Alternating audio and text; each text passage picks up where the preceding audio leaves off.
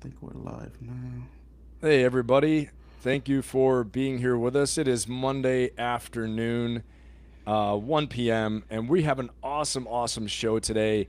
Going to be actually doing an interview with Jay Dorleus, retired Green Beret real estate investor, gym owner, founder of the Green Beret Chronicles, and founder of Dark Arts Coffee Company. We're going to let a couple people let people trickle in a little bit, but I see we have a few out there right now already watching. Appreciate you being here. Hey, Lisa, how you doing? Good to have you. And Jay, you want to say hi to everyone? Oh, for sure. Sorry, I was trying to get the link posted on my YouTube channel so my usual suspects could show up and support. But Awesome. yes, folks, how you guys doing?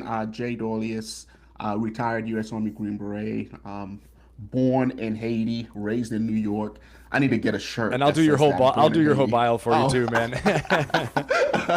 my bad. But yeah, happy to be here. I'll let Ben go through the bio and then we can hit this one off. Awesome.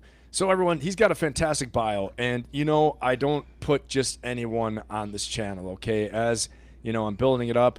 I definitely want to put people on the channel. The purpose of the channel is to upgrade and improve your lives, and my life as well too. We can all grow together in the process, and Jay definitely is somebody that we can all learn a lot from with his tenacity, his perseverance, his hard work, his intelligence, the way he goes about business, his leadership, everything. So I'm going to read Jay's bio really quickly as people are starting to trickle in. But Jay Dorleus is a retired U.S. Army Green Beret and entrepreneur. He's born abroad and arriving in the United States at age 10. Jay grew up in Brooklyn, New York, attending public school and later high school in downtown Brooklyn. He witnessed the events of 9/11 firsthand. Unbelievable, man. An experience that shaped his path and fueled his commitment to serve. Jay enlisted shortly after beginning his military career as a combat engineer in the U.S. Army. He served 5 years in the Big Army, and I think that's absolutely crucial, honestly, that you saw that type of organization and disorganization and just what that means.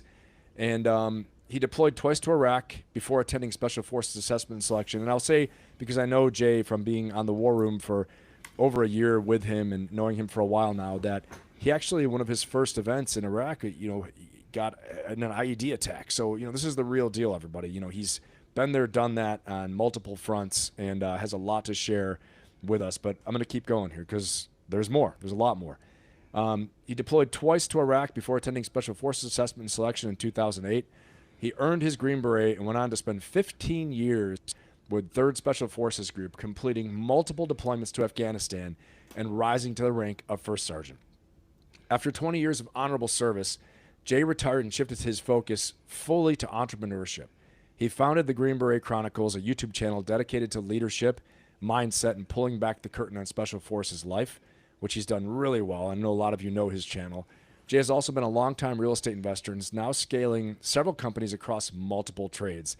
Everyone, Jay Dorleus. Jay, you can say hi again if you want, but we're going to get this thing kicked off in a Dude, minute. it's one of of those things like you listen to people talk about yourself, and to you, because you're living it, you're just like, whatever, man. It's just a Monday. It's just a Tuesday. Just because you're doing life, right? You're just doing the best that you can at life. So I appreciate you having me, Ben. And again, shout out to you for starting your platform. It's not as easy as people think. Right. YouTube is definitely it's just gonna grind at you. But again, if we did it in the military, there's no reason why we can't do it out here and crush YouTube. You just got to keep going. 100%, Jay. And I will tell you too, everybody knows this, but as you know, I have my usual suspects here, my usual supporters, and I appreciate all of you out there in the chat. Thank you so much for being here with us today. But you guys know, being on the War Room, and then I've got Jay. He's got over 100,000 on his YouTube. Jake, we had Nate, we had Aaron, and Bobby's interloping in there. But everybody's already very, very experienced in YouTube, and finally started my journey here. But Jay has a lot to do with me being able to know what I'm actually doing and not have tech failures all the time and all that. So I really appreciate you being here and the support, brother. But let's get right into this, And so first of all, let's talk a little bit about your background, okay? You're originally from Haiti, correct? Correct. So I was born in Haiti, and at the age of 3, my mom and my dad and two of my older siblings, they left for France, right? Because Okay.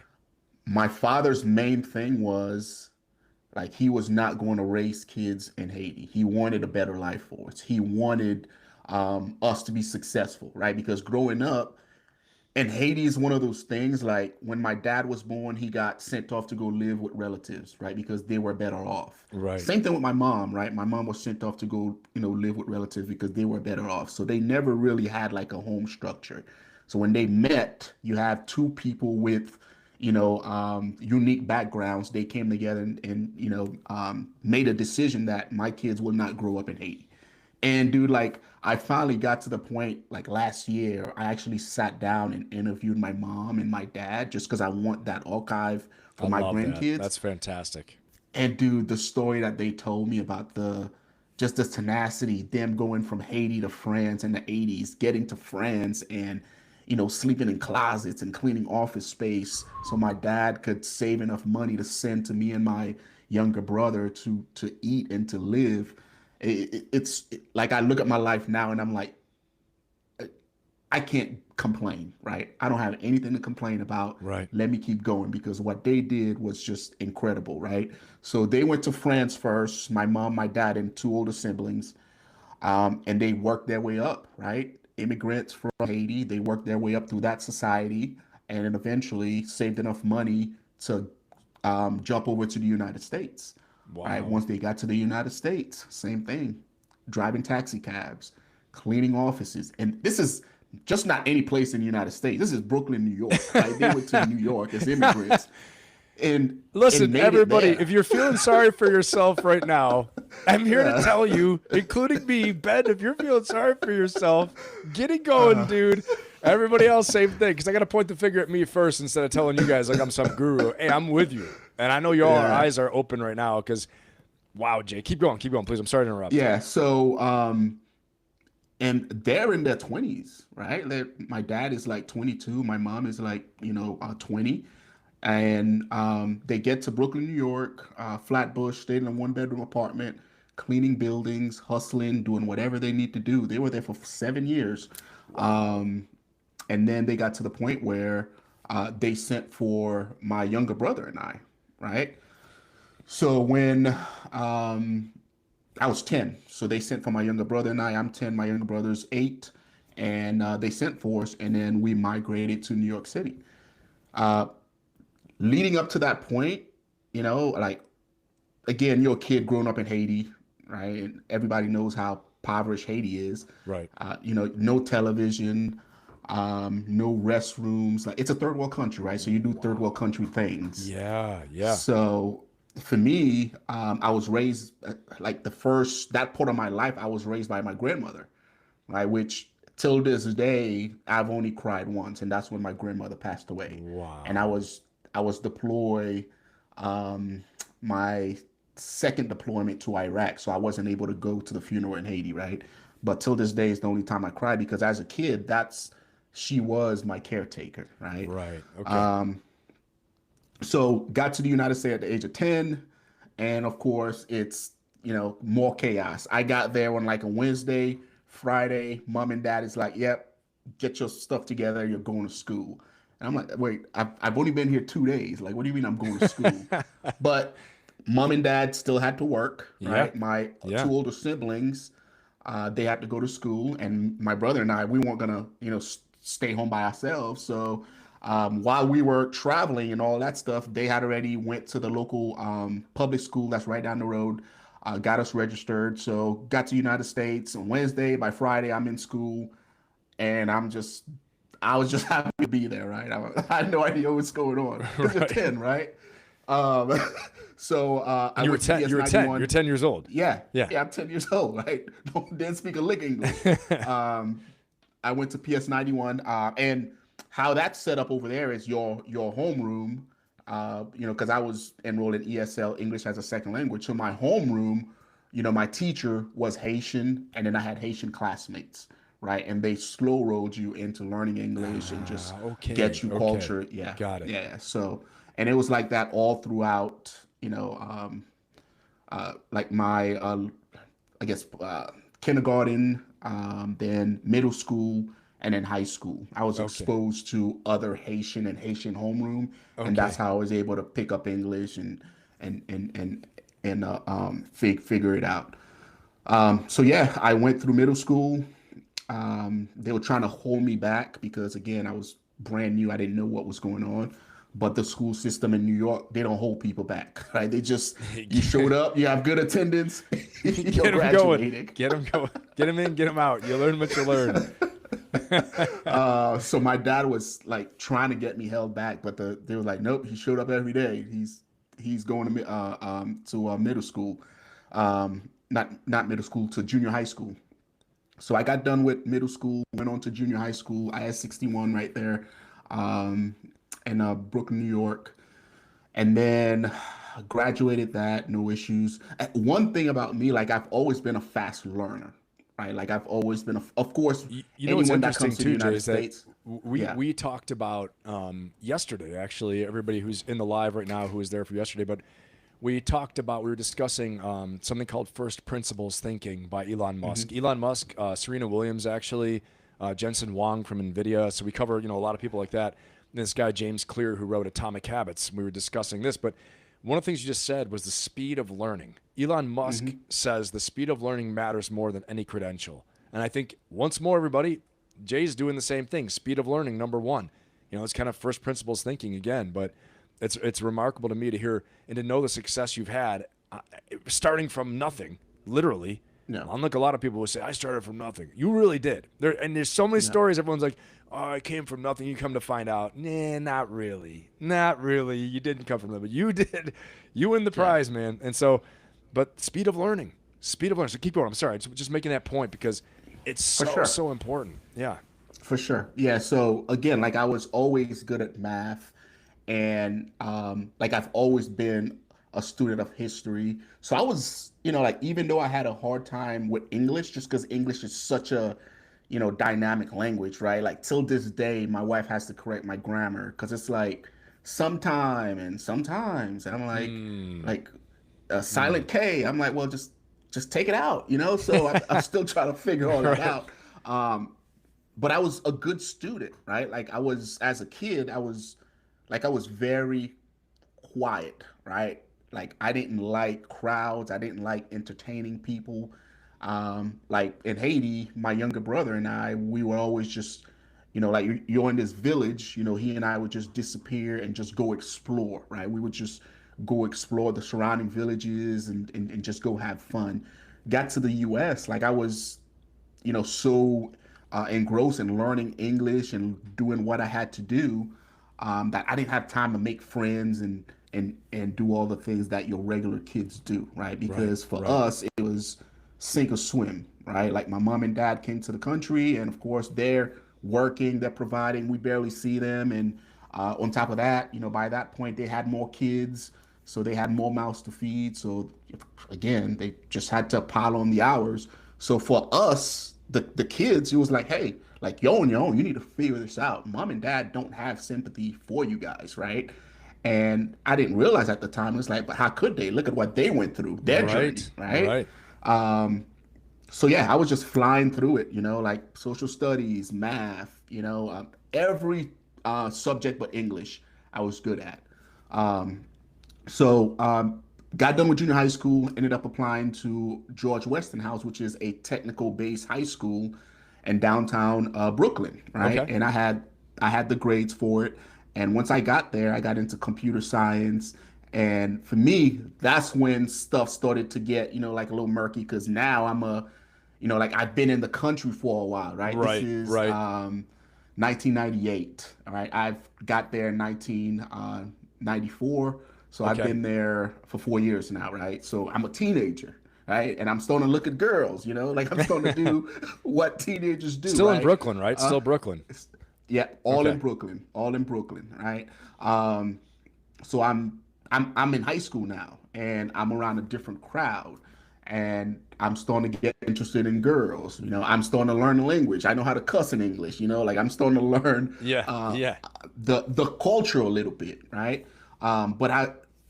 But I've always like I was always like a decent student. My grades never suffered because mom and dad, their thing was they would always threaten my brother and I with sending us back to Haiti. Like Oh, whenever they would get, jeez. whenever we would step out of line, they would tell us like, "We're gonna send your ass back to Haiti." Like, get I'm in gonna shape, institute that right? now for my own sons. One's in college, one's older, but I gotta find something like that. They're gonna be like, "Dad, you're crazy." Yeah, but that would always, stare us straight because one of their things was like for middle school and junior high school, we live right there by the house, right? So we all we lived in Crown Heights. So my middle school, I would walk there about 10 to 20 minutes, give or take. And then my junior high school, like you can literally look at my window and see the playground. So as soon as school ended, I had to be home. Right. But with high school, I took public transportation all the way to downtown Brooklyn. We were still in Crown Heights at that point. Okay. Okay. But as soon as school ended, I knew, hey, I have about an hour to get home. Or else if I wasn't home, when I got home, my Did you ever mom try was to play gonna, with it? Like you're like, okay, if I do this fast and then oh, oh, dude, I remember this one incident. Me and my buddy, we wanted to go to Grand Army Plaza. Grand Army Plaza, like the big library down there in Brooklyn. Like we wanted to go to Grand Army Plaza and just kind of hang out in the library because after school, that's where you go to, yeah. meet girls from other high schools, right? Right. So Right. I was like, yo, I never get a chance to go out. So my buddy and I, we came up with this plan to have him act like one of my teachers and call the house and tell my mom like, hey, Jay has an after school program that he has to, stay back Did he for change his about an voice hour and and a half. everything? Was he like, excuse Oh, me? dude. Oh, yeah. he, This is bringing back so many memories. dude, he calls my mom and try to do like this deep voice and my mom saw right through it. My Oh, mom cussed him no. out. Oh, it was bad. Ass My mom whooping. cussed him out. Oh. My Oh mom no. cussed him out so bad. Like he got off the phone terrified. I'm like, you're scared. I gotta go home. Right. So I Did go she home do the call, immediately. like the call over, like the call tree? Like you see, what's that one where Ralphie shoots his eye out, that Christmas story? Yeah. Where, like, where did you learn that? I learned it from Flick. Flick, I'll call. I know what to do. She calls up. You know what your son said? She's beating him. Dude, it was so bad. I was terrified the entire way Oh, home, my and I God. got home and she saw right through it. She was like, "Oh, you have your friend call me because you want to stay late." And then what I didn't know at the time was, of course, when you're in it, you don't really pay attention to it.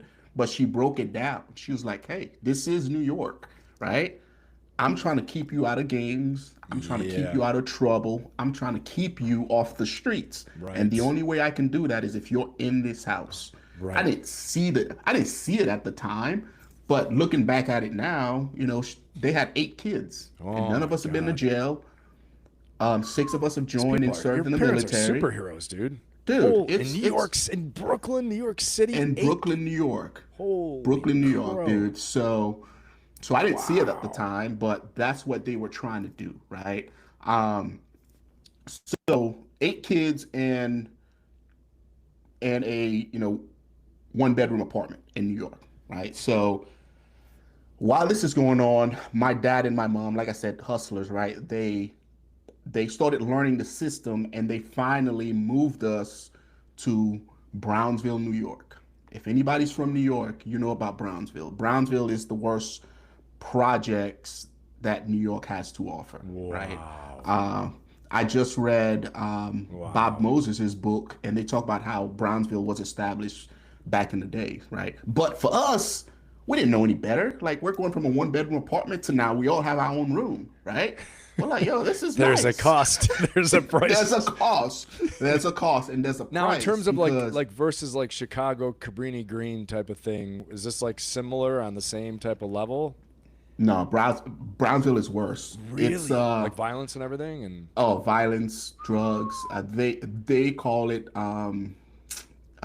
like Little Iraq or some crap. It's bad, right? Wow. But it's the worst projects in all of New York. and But Jay, real quick, again- you've got a book coming out soon, right? You've got a book coming Sure. out? All right, but there's a Yeah. book coming out. Jay's gonna tell you all these stories, I think, right? Inside there. Okay. So you got to Yeah. get the book. Everyone, you got to get the book. I'm going to get the book. Yeah. This is honestly, they should have a movie too, or a series or something. So, Yeah, the book is about to enter its first draft. We just Okay. got done writing it, and Awesome. then we'll go from there. Awesome. But I wanted to hit on the projects Yeah, because please do. of what it did to my mindset, Yeah. and a lesson that I'll never forget. Every time it rained, and we lived on the first floor, right?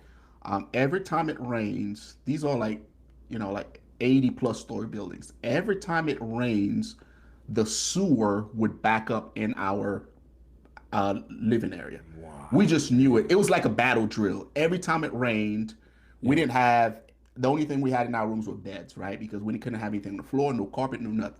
Every time it rains, all the bathroom would just back up, and 80 stories worth of shit literally would overflow the apartments. Wow. Right? To where doors are open and we as a family are just cleaning sewer out of the unit. Wow.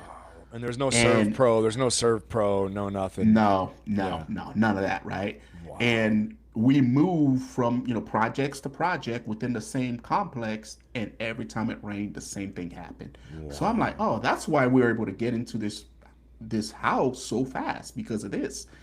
So that lesson stuck with me, and that's what got me into real estate, because I'm like, you know what? The fact that growing up we didn't have this, like, I'm going to get as much as possible, and my mom and dad could live in whatever house they want, wherever they're at. Yeah, right? You got a real mission. So, man. Wow. Yeah, so that lesson stuck with me, because I was 14, 15 at the time. Like, you don't know what you don't know, right? Right. So yeah, moved to the projects. Unique experience. I would leave in the morning. The guys hanging out the lobby, they would rob me. You know what I mean? I would go to school. Seriously? On the way back. Yeah. All right, give us what you got. You know the drill. Yeah, give us your lunch money. Run your pockets. And either that or you get your ass beat, right? One or the other. Yeah. So I'm like, come on, man. On the way back, they would dap me, hug me, tell me welcome home. You know what I mean? It's just what it was. It's just is what it is. It was what it was, right? So I just learned to just hide my money better and just kind of have like a dollar. I gotta think, and I know I'm jumping ahead, but I gotta think that had some impact on your ability to be a Green Beret, working with, of course, for these a lot of crazy people in combat, course. where 1 minute they're your friend, 1 minute they're your enemy. This is just practical right now. This association is just practical. So we'll get into it. But because you learn what to look for, right? Yeah. You always hear, like I grew up in the streets, like you just learn certain signs and certain tell signs of what, and you learn about people. You know? Like in the Q course, they were teaching everybody how to handle, the what do you call the unconventional force, the G boss, and you're like, you already know. You're like, I already know. Yeah, of course. Yeah. And the actors probably weren't good enough because they weren't real. You're like, you're not doing it how they do it. Yeah, but when you're going through it, you don't know, like, hey, this skill will be useful later on. You're just a pissed off kid, going through it, right? Right. So yeah, we went through all of that. We did, my folks were pretty religious, so like we would do church, every Sunday. Like everybody was still in the house. Like I could count, on the amount of hands that I actually was able to go out and do teenage stuff, right? Whether it's a date or movies, like we didn't do any of that, man. Like, cause again, it was easier for them to control 8 kids by just making sure everybody was home. And you grow up resenting it, but then once you sort of look back at it, you're like, I understand. And I'm grateful because I do have friends that got deported back to Haiti, that or in jail. It's wild because once I got out the military, I don't know if everybody does this, but you get out the military and you're like, okay, I'm back to being a civilian. And you start looking up high school friends and see what people are doing. Till this day, I haven't been able to find a single one on like Facebook or anywhere. Not a single one. Like so they might be doing better things, and I just can't find them, but they're definitely not where I'm at, right? Yeah, so, wow. Yeah. Wow. So you start looking back at it and you're just, thankful, right? So went through it. High school for me was pretty easy, right? Because again, I've always been like a good student and I just remember things. Fast learner. You learn fast. Yeah. So I kind of just bullshit my way through high school and was busy chasing girls and doing Yeah. all of that stuff. And the day before 9/11, we skipped school or we jumped school, whatever people call it. And I went to Lower Manhattan. There was a store down there called Century 21. I was just back there, last year, and I actually went So you're by not that far store. from the financial center. You're not No, far. no. Like, so, George Westinghouse is right at the bottom or like right at the mouth of the Brooklyn Bridge. Okay. You have George On the Westinghouse High Brooklyn side or School the other side? on the Brooklyn side. Okay. And then you have another high school, I think it was like Polytech right there. Like you literally walk onto the bridge. That's down and near goes Dumbo right and there. all that stuff, down under Yep, Manhattan Bridge. Okay. I know that area. yep, Yeah. yep. Yeah. So the day before 9/11, me and my buddy, we skipped school and we went down there because since I wasn't able to do things after school, my plan my plan was, you know what, whichever classes I know I'm gonna crush, I'm just gonna skip those schools and go do hood things, You doing want like to do that hood things with your that friends, block. like that little kid Yeah. says, right? So yeah. So so that day I skipped school and then we went to Lower Manhattan right there by the World Trade Center, Century 21, and we were there just hanging out Yeah. and having fun. So I always think about that because I was like, man, had that been, the day of, I probably wouldn't be here, right? So September 11th, we're in class, we're, learning. I was in the very back row because this was computer science. And I was a decent student, so I was, I took the back row because that was when internet was starting to become a thing. And we would use the internet to do things we weren't supposed to. So I would sit on the very back row. And I remember this day because like the downtown Brooklyn, the city was just noisy, chaos Right. everywhere. But again, it's downtown Brooklyn. Right? So you're like business as usual. You don't really think about it. Um, and then a student rushed in because he was late and he was like, and it was just everybody was just in class hanging out because we didn't have TVs or any of that stuff in the school. And the student came in and started, talking about what was going on. He was like, "You guys haven't heard the World Trade Center X, Y, and Z," and so we all run through the window and we're actually And now you looking can at see Lower the Manhattan smoke because billowing and yeah, you can wow. see all that stuff. So I'm standing there and I'm looking, and you can see the smoke in the tower because again, you have the river right there. You have the bridge, and then the towers are like right there. They're right there. Yeah. So we saw, yeah. So you saw all that stuff happening, and I was like, again, you don't know what you don't know. You're like, oh, like this, like we're under attack, right? That's nuts, man. Did you guys think the Brooklyn Bridge, But it got Manhattan Bridge, were going to fall? no. Okay. So we just saw the World Trade because when I saw the World Trade Center, they were still up, right? Because as soon as it happened, the school let out, and that's when I saw the craziness because my high school they let out, so we saw everyone coming across from Lower Manhattan because the bridge is right there. So they literally Were they running walk from? across the bridge. Were they Yeah, running or so they're walking? People? running, walking. Wow. Yeah, people can only Yeah, run it was so a long out as combination of people. both. Yeah, But just so everybody in the so audience gets an idea of this, like if you've been to the Brooklyn Bridge and you're staring towards Manhattan, the bridge is really cool. If you haven't been there, you got to do it. I say do it in the summer. The winter's a little cold.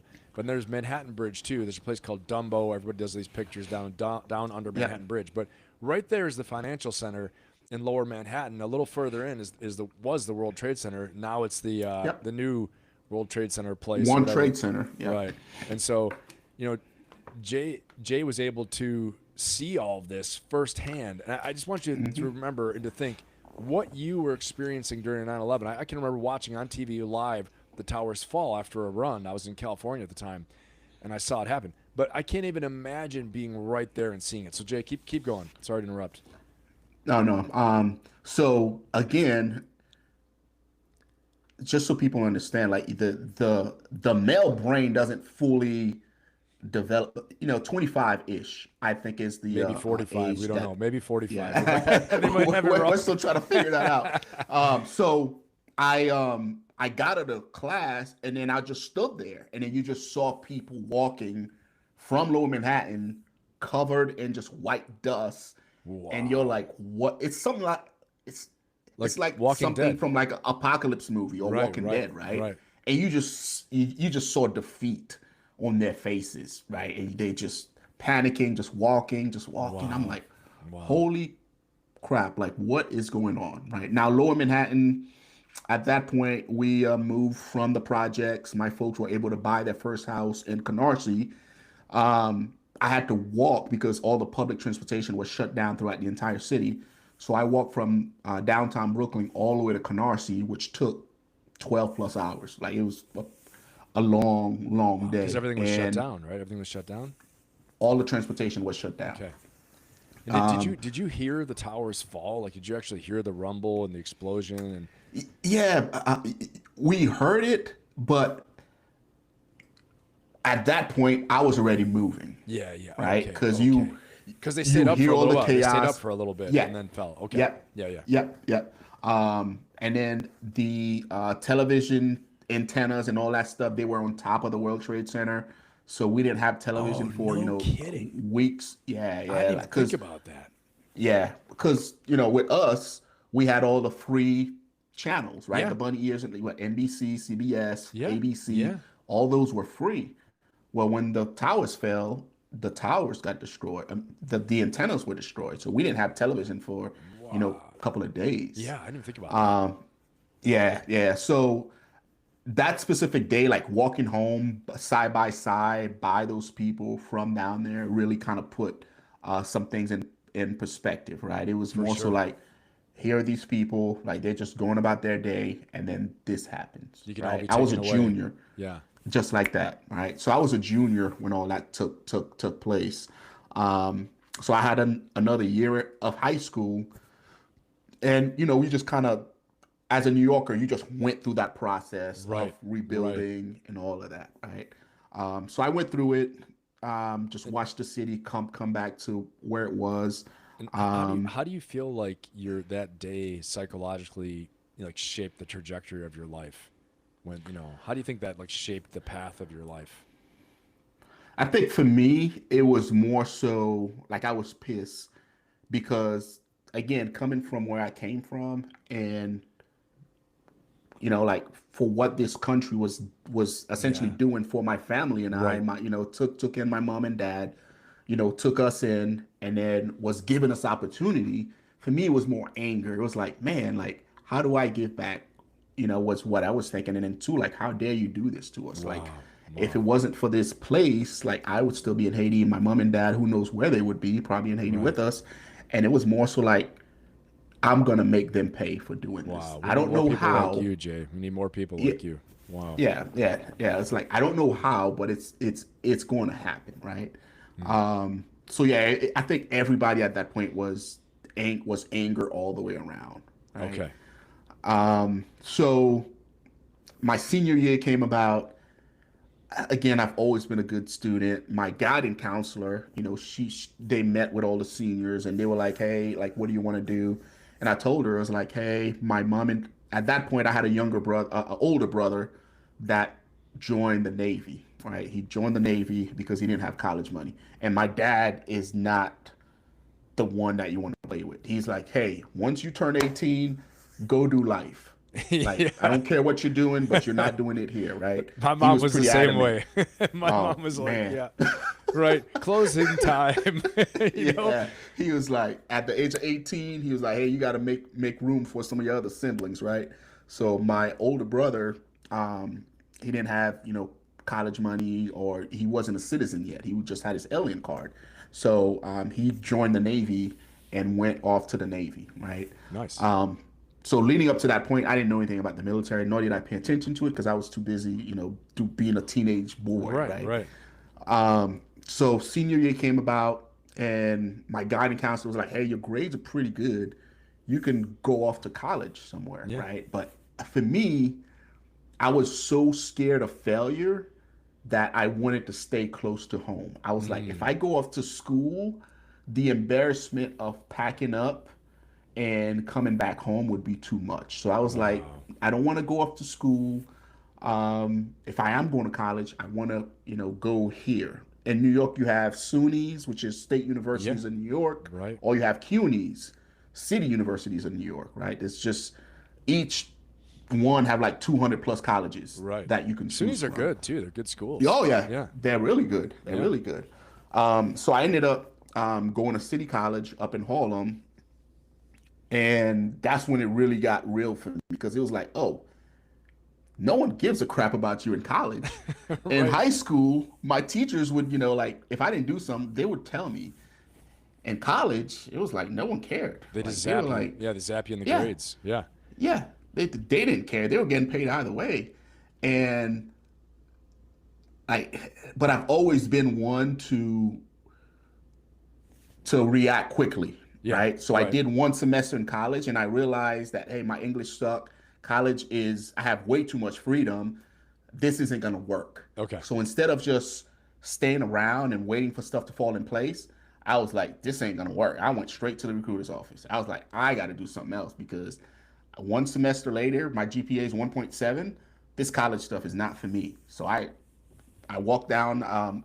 I went to Atlantic Avenue, downtown Brooklyn, where the new Brooklyn Nets Stadium is now. Okay. There was three recruiting stations: Navy, Army, and I think the Air Force. I went down there, walked into the Army recruiting station. I was like, "Hey man, like I gotta do something else because this, You're a dream college come true stuff." for the recruiter. He's like, Oh, exactly, I've got all kinds of stuff for you.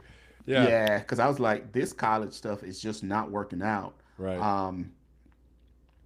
Before I did that, I wanted to be a New York City cop also Okay. because I wanted to serve the city and all that. But one of their pre-requirements was 2 years in college. I was like, I just try that. That's not going to Yeah. work. Yeah. And then military service was the other one. So I was like, okay, military it is. Right. So I gravitated towards that and then signed up, Yeah. and then And I guess for here we young are. people out there too, like, that are at an inflection point, so we get some young listeners on obviously in Green Beret Chronicles here on my channel and kind of the whole Operator's Edge War Room ecosystem, but what would you tell people for like making that decision? What's like an indicator? You're like, okay, this is a time you need to make a switch. Either you got to double down with what you're doing, or you got to realize, hey, maybe this isn't the right timing right now for this thing, or not the right thing, not the right time. What would you say to people for advice for that? Yeah, so for me, I needed discipline and I needed to learn how to commit, Okay. right? Because again, high school classes were pretty easy, but once Right. I got to college, I wasn't focused, right? And I wasn't doing what I needed to do, and I wasn't mature. Right. And I knew that mom and dad had too much on their plate, and I was on my own essentially. Because even though I was Okay. still living at the house, I was going to school. Right. And I just made a decision that I need to essentially remove myself off that plate and go do life. If you're out there and you're struggling with something, like let's say you're going to college and you just keep failing over and over again, it might be that college isn't for you, right? It's okay to make that decision, and you can be wrong or you can be right, but you won't know until you change something, right? Right. I hear the horror stories of people going to school for 5 years and 6 years, and some are dropping out, changing majors, every other semester.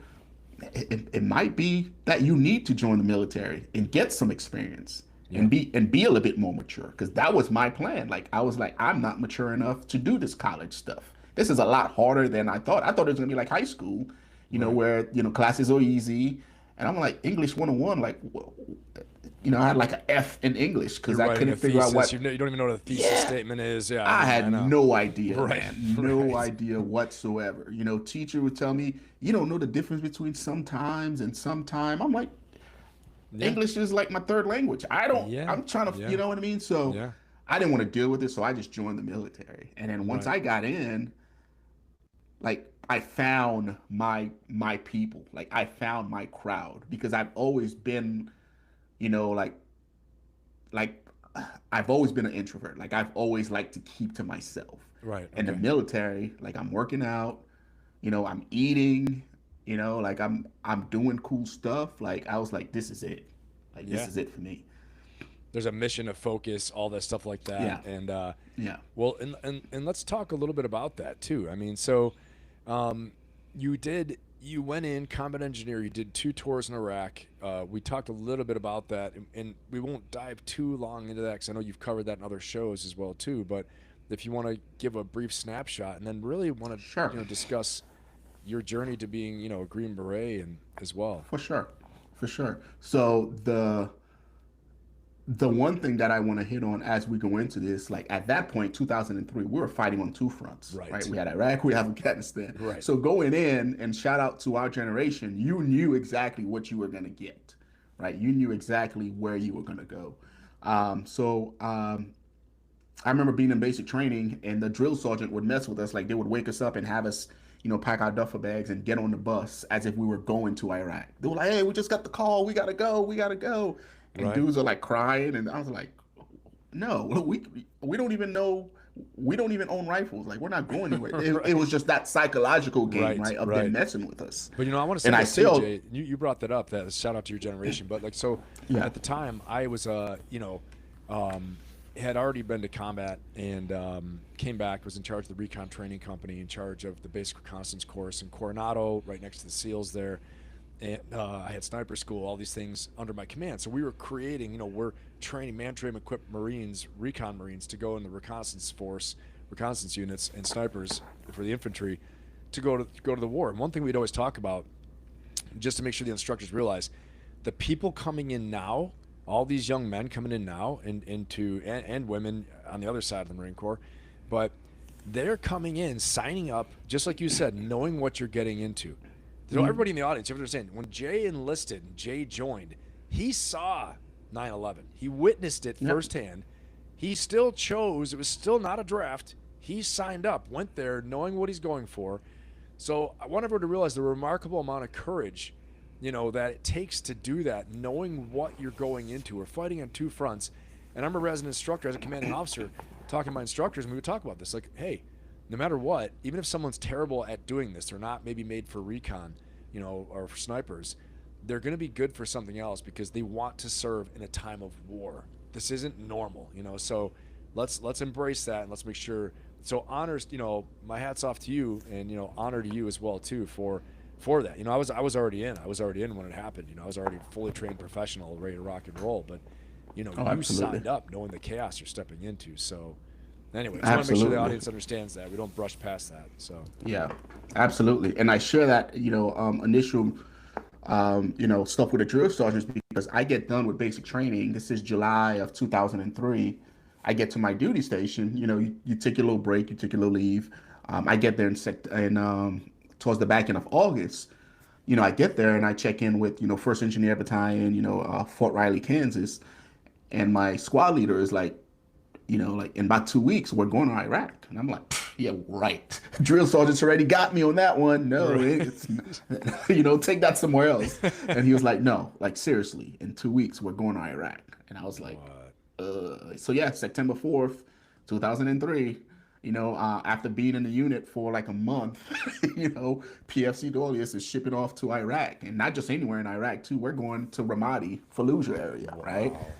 And for everybody to understand, Ramadi and Fallujah at the time were some of the most, if not the most intense areas for fighting and activity, urban areas built up. Yeah. So just so everyone understands, at that time it was crazy. It was a shot show at that time. Yeah, it was horrible, man. And because at that point, I'm PFC, been in the military for like all of a couple of months, and just the leadership that I had, as a private was just remarkable, right? Because when you think about it, you're literally a brand new guy. You don't know anything. You've never deployed. You don't know what to expect. You don't know anything, right? So yeah, September 2003, we left Kansas and we shipped off to Kuwait, spent a month there, and then me and a couple of other guys, we were part of a convoy that drove from Kuwait all the way to Ramadi area. Everyone else flew C-130 to it was a Marine Corps base actually out there. I did one from KNB from the Kuwaiti Naval Base all the way up to Najaf. So you went further. It was horrible. You went further. It was horrible. So yeah, we because the initial invasion was, March-ish time frame, bombs over Baghdad and all that stuff with the Right, third right. ID.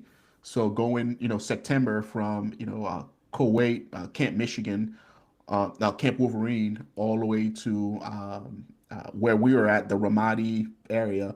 Like you literally saw all the chaos and the havoc that third Mm, ID, left behind, yeah, right? And it was like a yeah. hundred and so plus vehicles, man. Like everything we needed for the deployment, we drove in to Iraq. Right. So, That's early and on. Those early days right there. Yeah. yeah, like Yeah, very yeah, yeah. early, right? Right. Because war started, was it March 2003, give or take? Yeah. Because my basic training started in like March 13th was when I went to basic training, and I want to say the war had just, well, Just yeah, kicked. Yeah. because yeah, it just kicked because Afghanistan was 2001, Iraq was 2003. So we drove in, we saw all the havoc that third ID, left behind. It was like a 4 day, trip of just being in a Hemet, making our way down there. But as a young, private, like you're excited to be there, but you're also scared shitless. Like you don't, Yeah. you It seems like, larger than life. It all seems larger than it's life. surreal. Yeah. It's surreal And you because feel you are helpless like, too. I remember we were yeah, driving up very, and you'll hear over the radio, we're taking fire, taking fire. All you hear is push, keep pushing. yep, Okay. And yep, hopefully it's nothing too yep. big or too serious. Hopefully it's just a Fucked up farmer with thing. a rifle. We don't know, and so Yeah, yeah. We literally just like we slept on top of the vehicles and we just pushed the entire like our entire way through. But we were lucky because IEDs weren't a thing in '03. Like they were not as right, advanced as they became later right, on right. throughout the entirety of the war. So yeah, we got to where we were going, and it was just again like you see it in the movies. You get to a place and there's nothing there, literally nothing there. You got Right. your burn pits that you're using for restroom. You're taking bottle showers. You're eating MREs day in and day out, and that's how it was, right? And Yeah. our mission there was route clearance, because again, infancy of the war, we still had to supply and build all these bases. So my Right. company, Right. our job was to clear, routes for convoys to come through. Like we would go out, do dismounted, which is crazy thinking about it now. But again, IEDs weren't as advanced. We were But you actually hit an IED, right? You took one, didn't yeah, you? yeah, Yeah. oh yeah, oh, we took several. We took several. Wow. Route clearance. I mean, you're good. Yeah. Yeah, January of that same trip, our command team got hit Wow. and passed, right? Wow. So the first sergeant, the captain, the supply guy, the mechanic, they were all in a soft shell Humvee, which we literally took the doors off and we put pieces of metal there as if that was Yeah. supposed to be up armored Right. with sandbags at the bottom. I'm sure you remember Yeah, I sandbags at the remember. bottom, Yeah, I and do. I remember you that. know, And just thinking this is going to do nothing. yeah, And then the real up armor yes. Humvees show up later. It's unbelievable the difference. Yeah, so they got hit. That was my really first experience of the severity of this, because we reacted QOF to that IED strike, Wow. and Wow. we saw the body parts, the brains, and I'm like, holy crap. Wow. And keep in Wow. mind what we said earlier about the male brain at 25 or 45, like it's not fully developed Yeah. and molded yet, Yeah. right? Because Right. I'm 19 seeing all of this. Wow. Um, Wow. so witnessed that one, right? Went through it, just made us more vigilant and really get more switched on, right? Like we're Yeah. like, oh, this is for real. Yeah. They're playing for keeps out here. And you lost your And command team. You lost them basically. yeah, Wow. completely gone. All Wow. right. So command team gets replaced and we just keep pushing, right? Because you're there for a year, you know, war things happen, and commanders and whoever, their job is to Yeah. put new leadership in, and we keep Right. fighting the fight. Right. And then this one, March of 2003, March of 2004, we're on this route clearance mission, and this is where like everything, like switched for me, right? Because we're in a 4 vehicle convoy. Again, like this up armored wasn't a thing, right? Right. Vehicle two, vehicle three, vehicle one, vehicle two, vehicle three, vehicle four. I'm vehicle three, right? Correction. I'm vehicle two, and we're going along. The way this was, like I'm a 249 gunner at the time. I'm standing outside the troop hatch, scanning my sector, right? My sector was the No, back end and no, of the troop hatch. no armor surrounding you like later. Oh no, no, we He had got sandbags, so dude. he's on top of the vehicle. Everyone, just so you understand, and he's up there with a M249 machine gun, and it's a light machine gun, and high rate of fire. But he has no protection up there, basically. So, because IEDs when they strike, they go up like this at an angle. So the gunners on the top are usually getting a lot of shrapnel, unfortunately. So Absolutely, right? So I'm looking back at vehicle 2 and vehicle 4, right? And like we're going and this IED hits. It's 600 pounds, probably the biggest IED that I've experienced. wow, And it's surreal because I didn't hear it, I just saw it. It was like slow motion almost, right? And I'm looking back there and I see, a vehicle off to the side. So I was like, oh, they missed. Awesome, because the vehicle was able to react in time, right? And then I'm looking and I'm like, oh, what? But there's only one vehicle back there. Where's the other vehicle? So vehicle 3 actually hit the IED, vaporized. right? Vaporized it. And I remember looking up, and the engine block of the M113 was just floating towards, like falling towards us, right? Wow. And I had to, like, we got the attention of the driver. He moved up, and then the engine block fell, and pretty much that entire vehicle, like, gone. Holy cow, that's Yeah. nuts. So that was 6 members of my squad completely gone. Wow. And Sorry. after that incident, it just hit me because it was like, oh,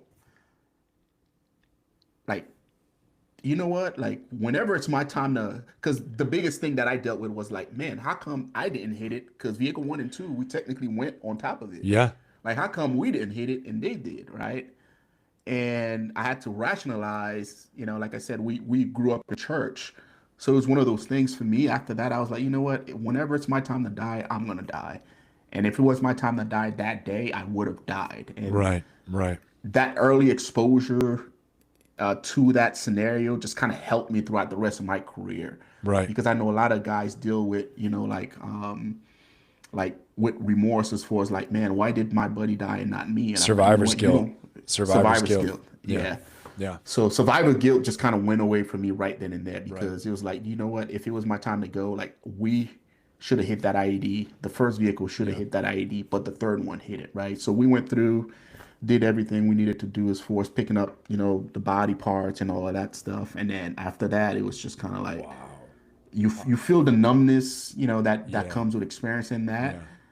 But for me, it was like, you know what? Like this is war. This is what I signed up for, right? And you just kind of go through it and then overcome, essentially. Wow, well, I appreciate you sharing that with all of us, and it's of course.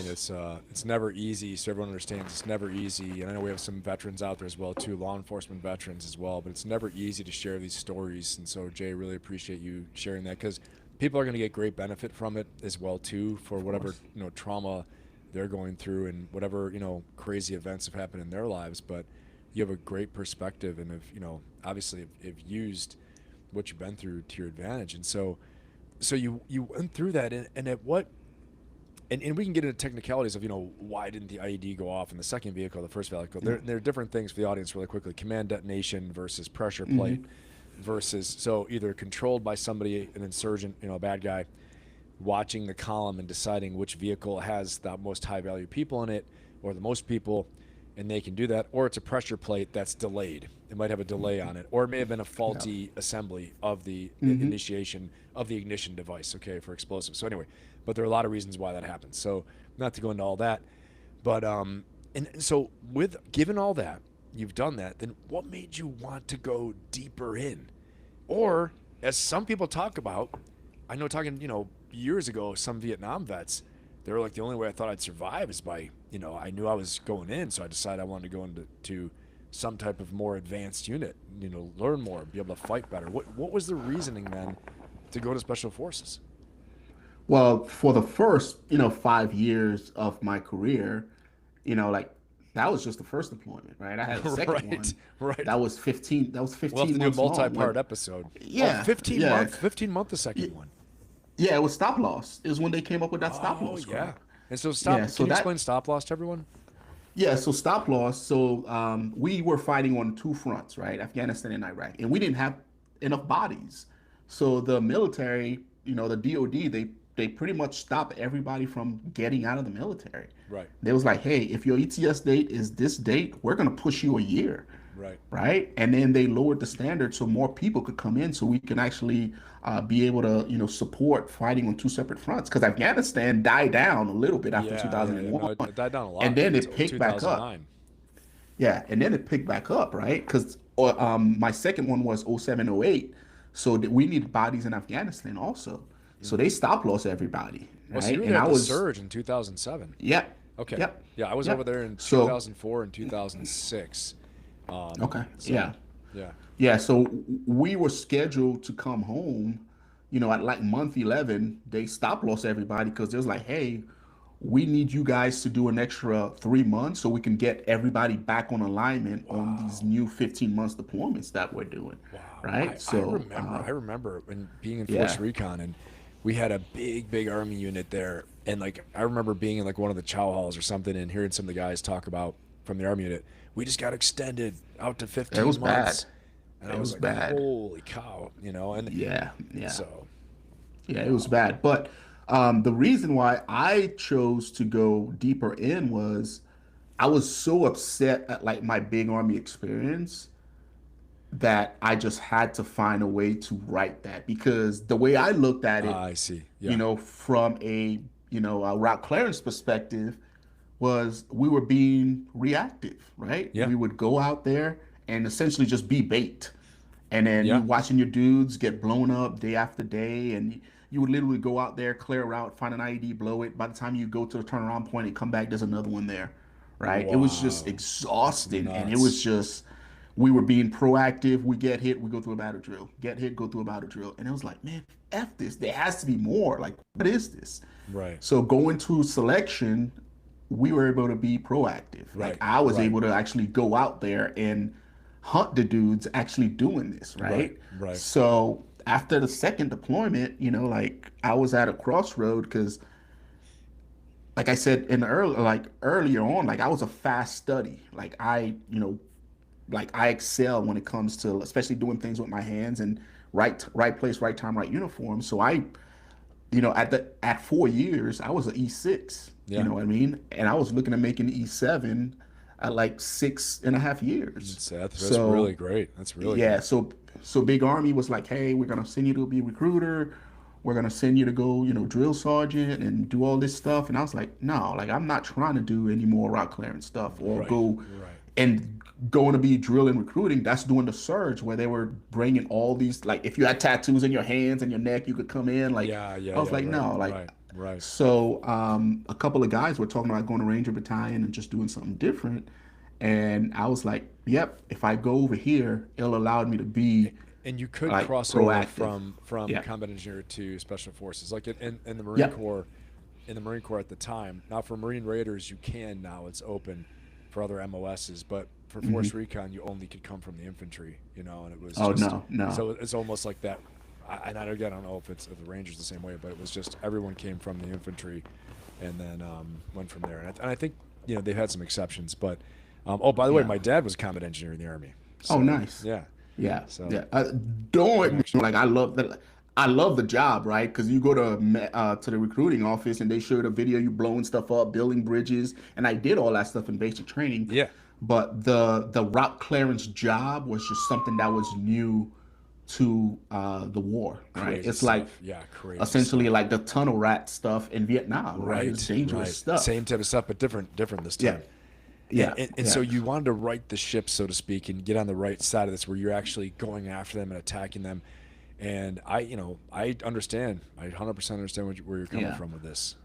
Yeah, I was just tired of being like just being picked on, right? And just being Yeah, bait. yeah, yeah, And at that point, like I just loved being in the military because I had that fearless mindset of, yeah. you know what, like if it's my time to die, I'm gonna die, a blaze of glory. I'm gonna Right, die doing right, something right, that matters, right? right. Like we all want like valor or something attached to our last name. You know what? Like if I Right. go out in Sure. combat, like that's a rightful death. You know what I Right. mean? Sure. As Sure. opposed Right. to what else am I gonna do? Go back to Brooklyn, New York, and do what? You know what I Right. mean? Right. Exactly. Exactly. So when you're in the thick of it, you're not thinking about other things that you can do, right? Like, and another thing too, and I'm sure you can relate to this. Once you get a taste of war and combat, Yeah. like if there's more of it going on, you're gonna want more of it, right? So Right. that was Exactly. 100% part of it also. Yeah. And And I that's just that's wanted the to, addictive thing yeah, people don't realize too, yeah. is that it's yeah, people want to keep on doing it. Then once it all stops, and especially when we're going to talk about this later, but when you go away from the unit, you go away from service, the larger your identity shifts too. And speaking of that, like when you earned your Green Beret, how did your identity shift? It was almost like I felt accomplished because leading up to that point, I never really accomplished anything worth bragging about, right? Because Got it. basic training in AIT, you all go through it, right? War, combat, you're there with a bunch of other guys, right? But as far as individual tasks, like event, actually completing, you Right. know, selection was nice, but you still had a long ways to go. But once I Right. got my Green Beret, it was like, oh, I can do incredible things. Like this is amazing. It Yeah. I'm almost qualified, like certified. Yeah.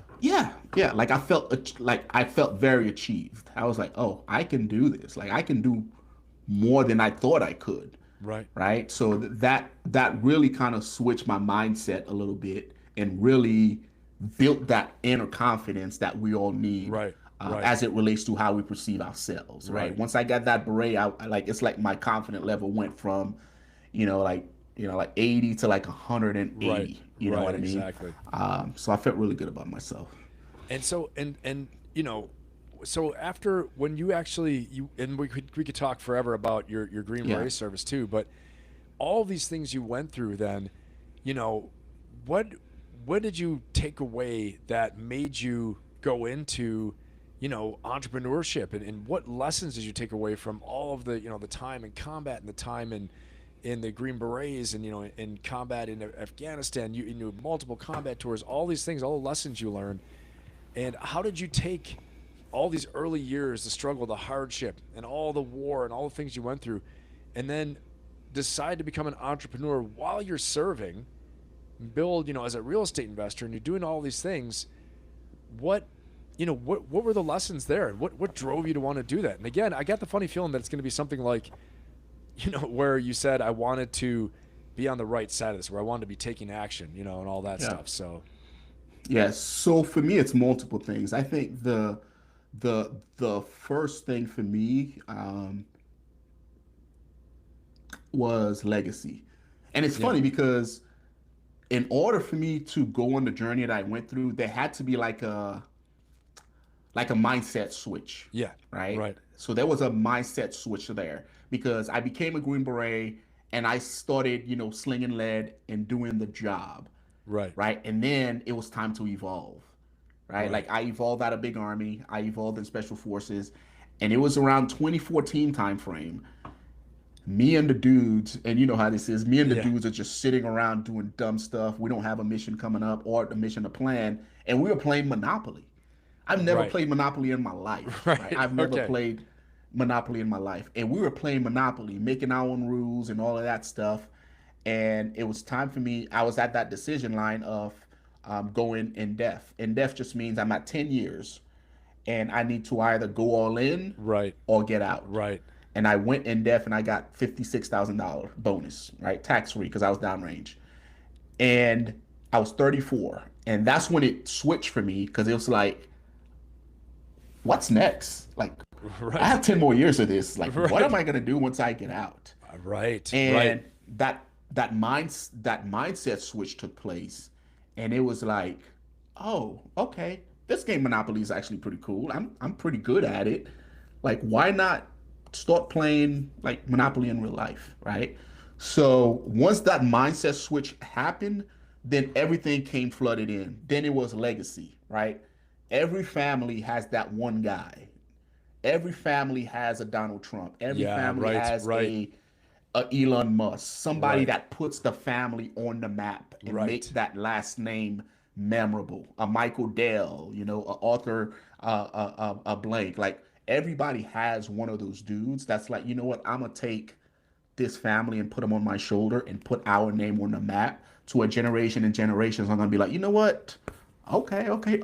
Uncle Ben Pappas, he did this. He's feeding us till this Right. day, right? And I wanted to be that guy for my family. So real vision. And So really yeah, vision. This it vision is. of being, the top in your family, in your bloodline, like, you hear a lot of people say. Um, and so you were willing to take on risk and Yeah. uncertainty and all these things like that, to do this. And asking you, like, how do you deal with risk and uncertainty as an entrepreneur?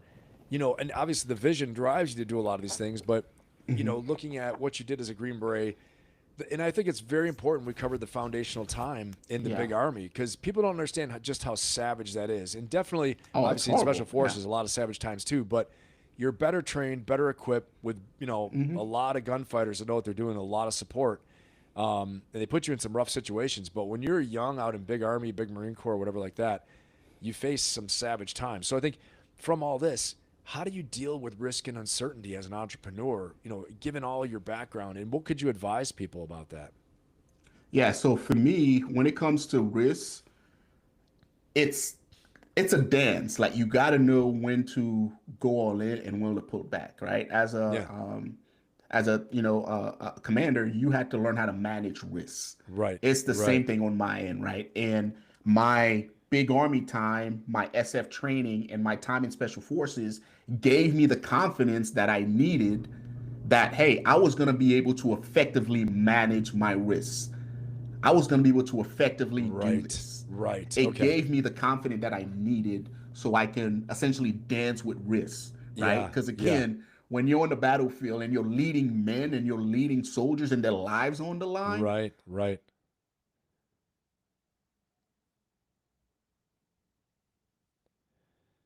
All right. Well, I think we had just a quick technical difficulty there with Jay. He will be right back with us.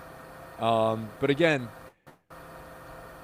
why I couldn't do I couldn't go more deeply just into his whole special forces background.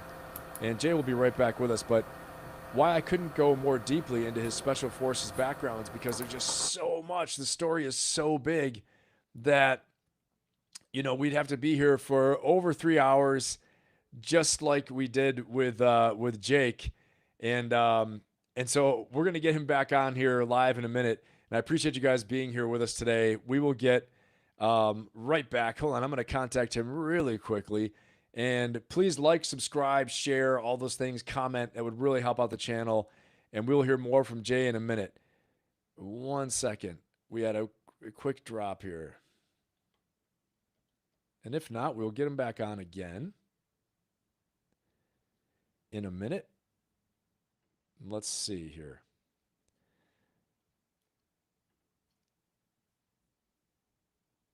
We're going to get Jay right back on. And if not, you guys will have me for a couple minutes. He said he's coming right back. Something happened there. But put any questions you guys have in the chat. If you have any questions for Jay, we got him for a few more minutes here. Okay? Put any questions in the hat and in the chat. What am I saying? I'm losing my mind. All right. And then we will be right back over here. Okay. Any questions you have for Jay? But I appreciate you guys being here. Jay's got a phenomenal story. Again, check him out in the Green Beret Chronicles. And let me see here if I can restart this and get him back. Get him back over here.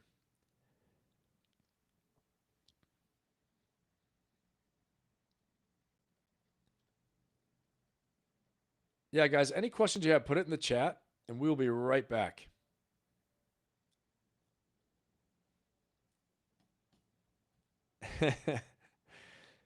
Yeah, any question? Let me see. I'm going to go through the chat here and see what we have from everyone. And we'll come right back with Jay in 1 second. Let me see what we have. Okay, you'd be curious which one of his businesses is most challenging or surprisingly challenging, right? How do you approach something you don't know anything about yet, like starting a coffee company? Yeah, these are great questions for Jay, for sure. And I appreciate you guys being here. Thank you so much. But Jay will be right back on. Okay, hold on one second. Let me see.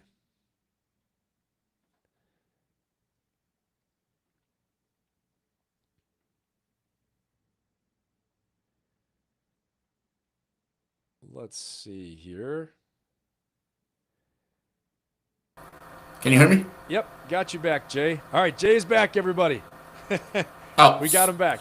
sorry about that. No problem. No My problem camera at died on me. all. No problem at all. That happens, you know. And I know you have a hard stop coming up pretty soon, right?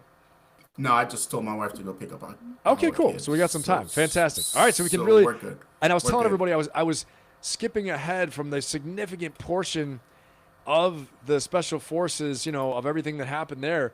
But I'm going to go ahead and we can rewind a little bit too and talk about some of the lessons you learned in the special forces that made you into a great entrepreneur. And then I want to make it the point of this podcast, of this channel, is to upgrade people's lives, to make them better, right? And so what you can share from what you've learned in the special forces that would help people to improve their lives, but then also help them if they want to go into business. You know, so what are some key things you learned in the special forces, and even leadership as a first sergeant, all those things like that? Now, we talked about risk and how to deal with risk. That's where we were just at.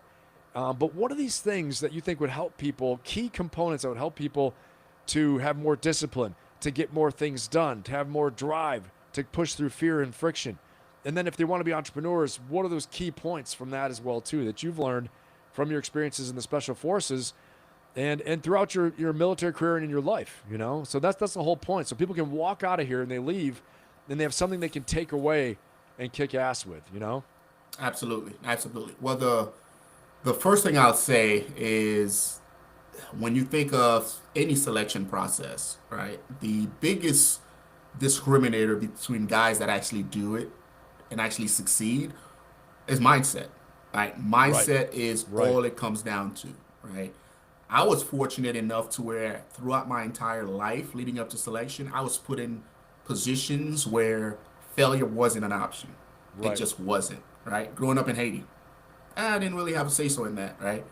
Coming to America and having to jump right into the deep end, didn't really have a say so about that also, right? Right. But what that does is it conditioned my mind to essentially have to succeed.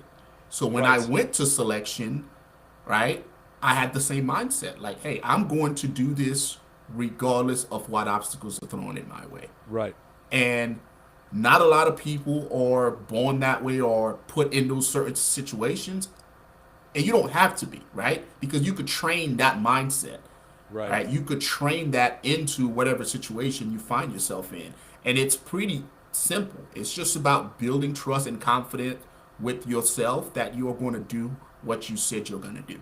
Because even now, like I'll speak with young men that want to go to selection and they want, hey, how do I build, that mindset that I need to get through a selection process? And I tell them, hey, make promises to yourself and keep those promises. That's it. We talk about this all the time. That's how you build self-trust. It's how you build That's it. confidence. It starts with That's small it. things. Go to the gym. Wake up on time. I say the bookends. When you wake up, when you go to sleep. Yep. Stop eating that crap food. And, once in a while is okay, but I'm so glad to hear you say that. Awesome. Yeah, that's all it is. It's like, and the best way to start is to, again, make a checklist of things that you're going to do and do those things. And it's the small wins that easily compile into bigger wins, right? 100%. And when you are at a selection process and you're like, you made a promise to yourself, like, hey, I'm going to complete this selection process.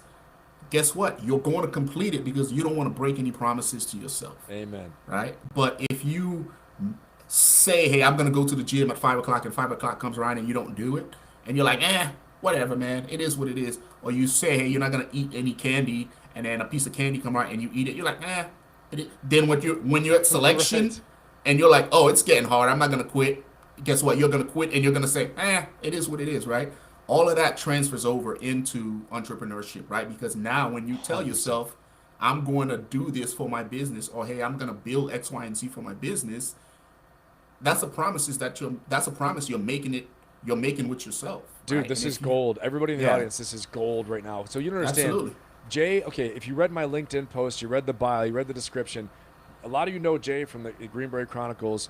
You know him from, lots of different podcasts. You know him from the Operator's Edge, from the War Room, from, everywhere, right? And so, but I want to tell you, he is a highly successful entrepreneur. So stuff he's telling you, young people, middle-aged people, old people, he's telling you the keys to success right now. Yeah. This is why he's here, okay? Yeah. I mean, I love him. He's a great guy, but I want effects on target for the audience. And he's telling you, these are the basics you start with. And we talk about this every damn week, every Friday, every Sunday, every Monday. We talk about this. Yeah. But he's hammering home again because he has lived it from Yeah. getting the sewage flood apartment, right, in Brooklyn to Brownsville, to from Haiti, from all these places, to all of a sudden rising up being real estate investor, highly successful, gym owner, highly successful, Green Beret Chronicles, highly successful, Dark Arts Coffee Company is going to blow up and be crazy. It's already successful. I mean, and he's telling Yeah. it starts with the simple, small things, Yeah. right, Jay? And Jay, real quick, can you close your other Yeah. Riverside tab? I'm sorry, man. Yeah, It's telling for me sure, for sure. close the other Riverside tab. For sure. I have to keep a promise to myself.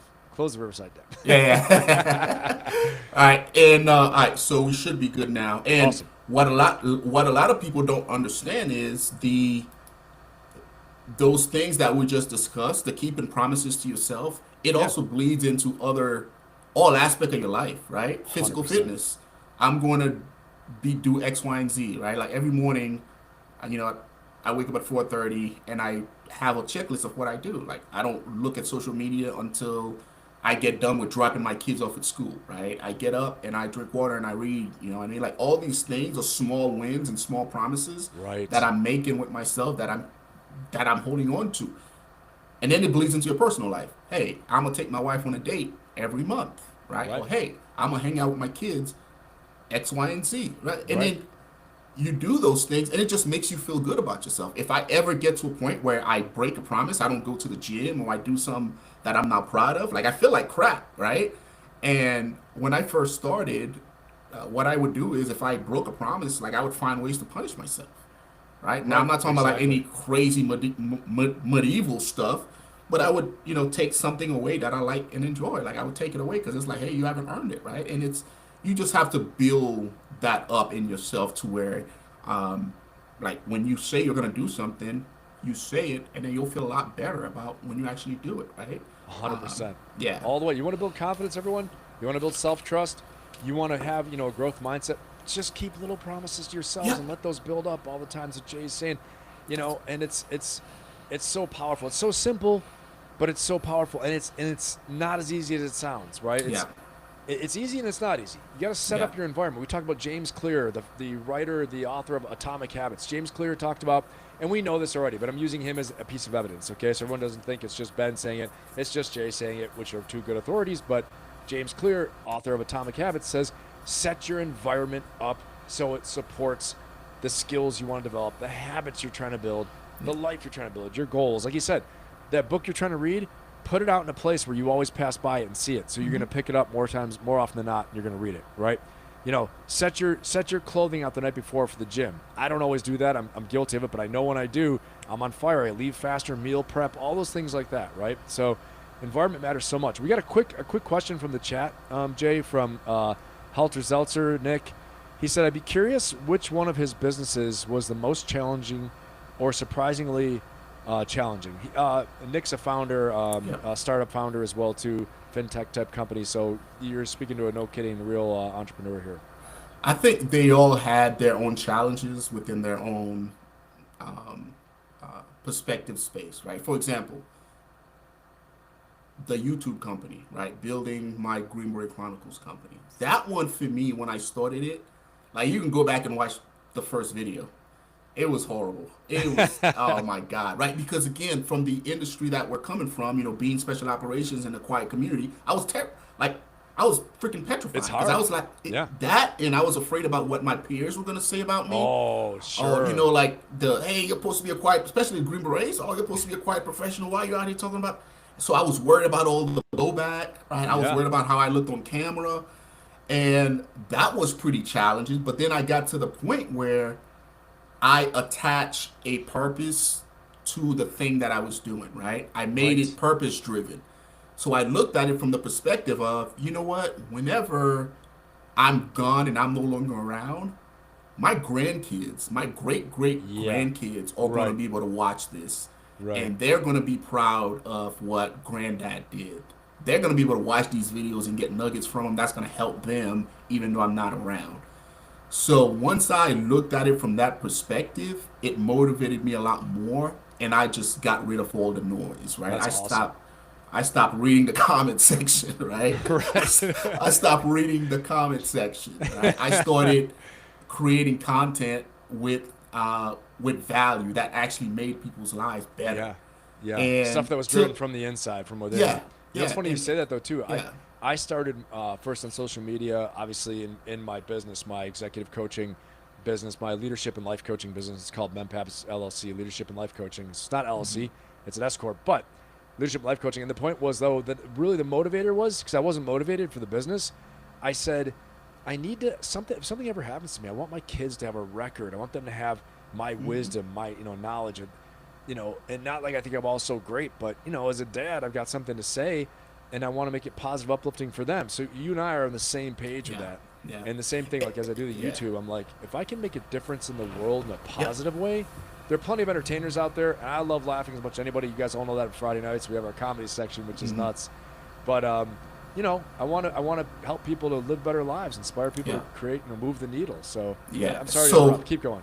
yeah, so that was pretty challenging. And then, like we talked about, as SF guys or as special operation soldiers, we have a nick for learning. Like we are fast learners. And me, like I got rid of my ego a long time ago to where I'm not afraid to become a student of whatever craft that I'm trying to learn. So Right. with YouTube, I had to get rid of the ego and the pride and become a student all over again and learn how to do YouTube, right? Because Right. one, I've attached a purpose to it. Because at this point where I'm at now in my life, everything is legacy and purpose driven. So I've attached a purpose to it. I have a reason for doing it, and I know that reason surpass whatever feelings or emotions I might be going through, Well, And, right? and, So let, for and let me me, ask you, Jay, yeah, when you write your goals, you set a purpose to it, and I'm hmm doing some advanced stuff because you're talking about advanced techniques here, yeah, and which is awesome, and I appreciate it, man. This is so much gold for everybody in the audience. So when you write your goals, do you also write the purpose, like the deeper driving purpose behind it, or do you just write the SMART goal, like the specific, measurable, quantifiable with a due date, or do you actually put like this is the reason, the powerful reason underneath it? When you write goals, how do you do that? so I put a reason next to them, Okay, that's what right? I So figured when you said so that. yeah, so every one of my goals, like I put the second and third order of effects that it's going to have Wow. on me and my family, right? Because again, to what I said earlier, like I want to make sure that my last name means something Mm. whenever I'm gone. And as cheesy as it may sound to some people, like I would read like books about, for example, the Haitian Revolution, right? I'm currently reading a book about breaking away from the French and all that stuff. And I don't know if it's a phase that I'm going through to where like I'm very engrossed in like like history and my upbringing. Like I'm doing like 23 and Me to figure out where the heck I'm like Right. my Right. ancestors are from. And for me, like it drives me and it really motivates me when I start thinking about things from the from the lens of, what, like these war fighters from Haiti defeated Napoleon when he was at its highest, right? Like Wow. Napoleon couldn't defeat Haiti and all of that Wow. stuff, which again led to the United States getting the Louisiana Purchase and multiplying its territories. Interesting. So Yeah. I'm thinking about all of that, and I'm Yeah. like, you know Yeah. what? My ancestors were there. Right. Like they Right. they took part in that. Yeah. And it's like for me it's almost like my bloodline flows through some of those lands, and the first Black Republic on this side, I'm like, man, like this is where I come from. Like I Yeah. have a duty Right. to take it to the next level, right? Right. And I'll tap Right. into that, and it'll give me some extra motivation, and Oh then I'll yeah. write down a goal, and I'm like, okay, this is where I'm doing it, right? Like X, Y, and Z. How does it benefit my generations a couple of years from now? Well, if I do this and I say this, like whenever I'm gone, they'll be able to see it. Right now, which drove the book, right? Because I Yeah. read somewhere that every man should do three things, right? Have a kid, write a book, and plant a tree, because all three of those things will outlive him, right? So now it's like I gotta write a book. I gotta tell my story. Why? Because I don't give a shit if it sells millions and millions of copies. Yeah. I just want something Yeah. there that my great great great grandkids could pick up and say, hey, this was, like my great great great grandfather. Yeah. This is his autobiography, Well, they're gonna watch this So too. I mean, hopefully this is gonna be around. I'm gonna keep this puppy going. yeah. Everybody, like, Yes. share, subscribe right now. Tell people we're on here. Get them. We want to make sure Jay's story lasts for his grandchildren. So come on. Yeah. So everything I do is purpose driven I love at it. this point in my life. I love it. And everybody in the chat too. I mean, so the takeaway is when you write your goal down, you want to write down the powerful purpose. And again, take Yeah. it from Jay. Jay's accomplished so much. He's come from, Yeah. very humble beginnings, hard beginnings, tough.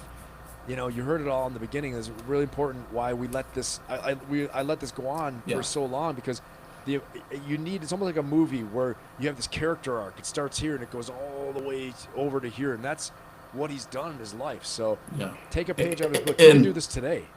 Yeah, and this ties into when I was doing like a lot of mentorship calls for the guys that wanted to go to selection, right? Because the first time I was asking would, why do you want to go Yeah. to selection? Right. What's the instinct? Is it because you want to look cool? Is it because you want the chicks? Like, why?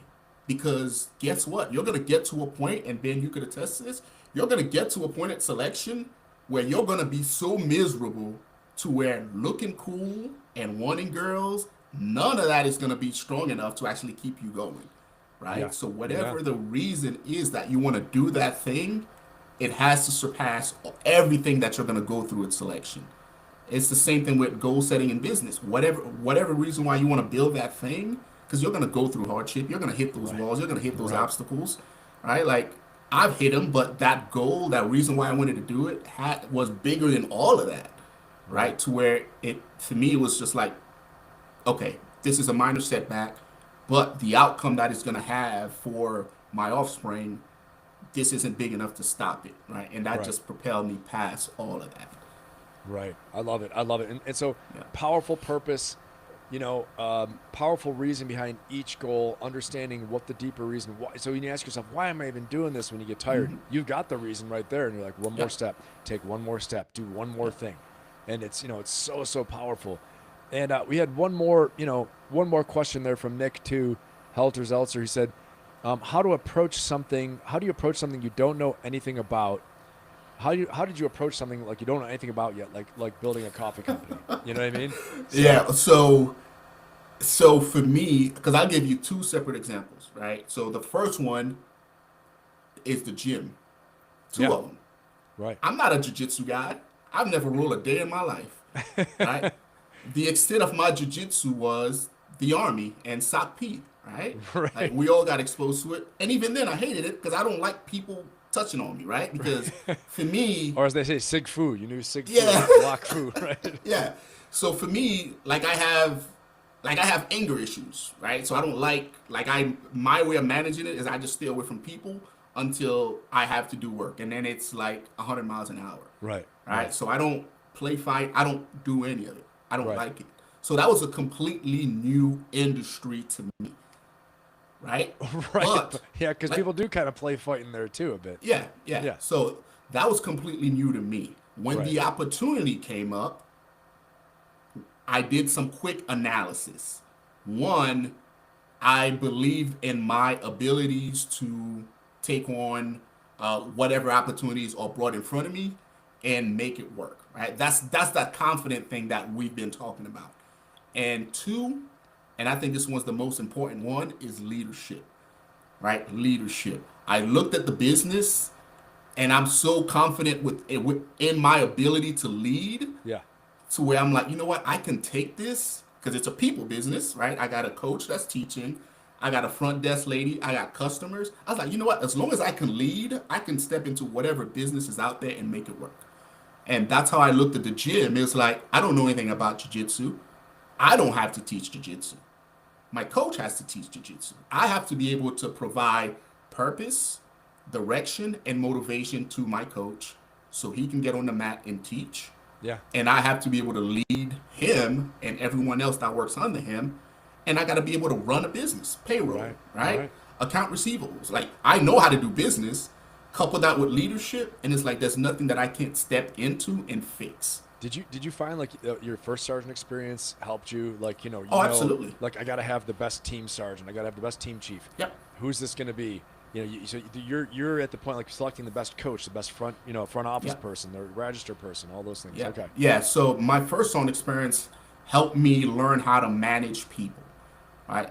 And when you're managing people, guess what you're doing? You're managing emotions. Right. It's very And true. yeah, and when you're managing emotions, guess what you can't have? You can't have ego and pride. Yeah. Right? Yeah, Because yeah. you might have a guy that's super type A and needs some TLC from time to time. Right. He right. needs to And know they that need to he's know that winning. you think, yeah. Yeah, like he needs to know that he's the guy that's making the wheels spin. Right? He Right. needs to know that he's the guy that's making everything. And that's fine, right? Because you know from your perspective, like, I need to let this guy have this. Right. Right? Right. And then your That's receptionist, huge. yeah, your receptionist, she might just want people to talk to from time to time. And you just go over there and chop it up with her and see what she's got going on, what family problems she's going through, and then you're a counselor. Yeah. Right? So Yeah. you're managing people, you're managing emotions. It's no different than a first sergeant.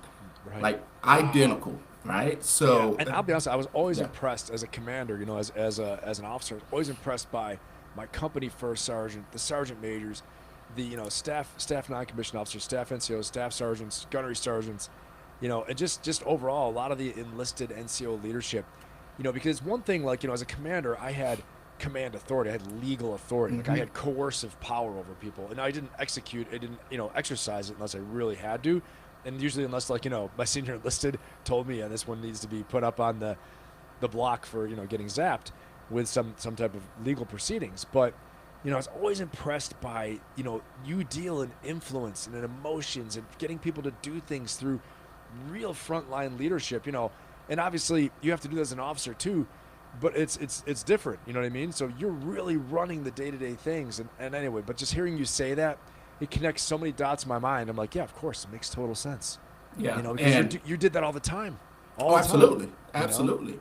Yeah. And to elaborate a little bit more on what Nick was asking, so that's the jiu-jitsu business, right? I was terrified. I didn't know shit about it. Right. The guy was just old, and he just wanted somebody that's young, has energy to step in and hopefully take that business to the next level. And the first thing that I did, again, leadership, in my opinion, like you could win with just that, was I stepped in and I got all the key players. It's no different than stepping into a brand new company. That's exactly how I treated it, Okay, right? okay. I stepped right into a brand new company and I took all the heads, right? All the team sergeants, brought them in, laid out my vision, right? And then nights at the rounds table.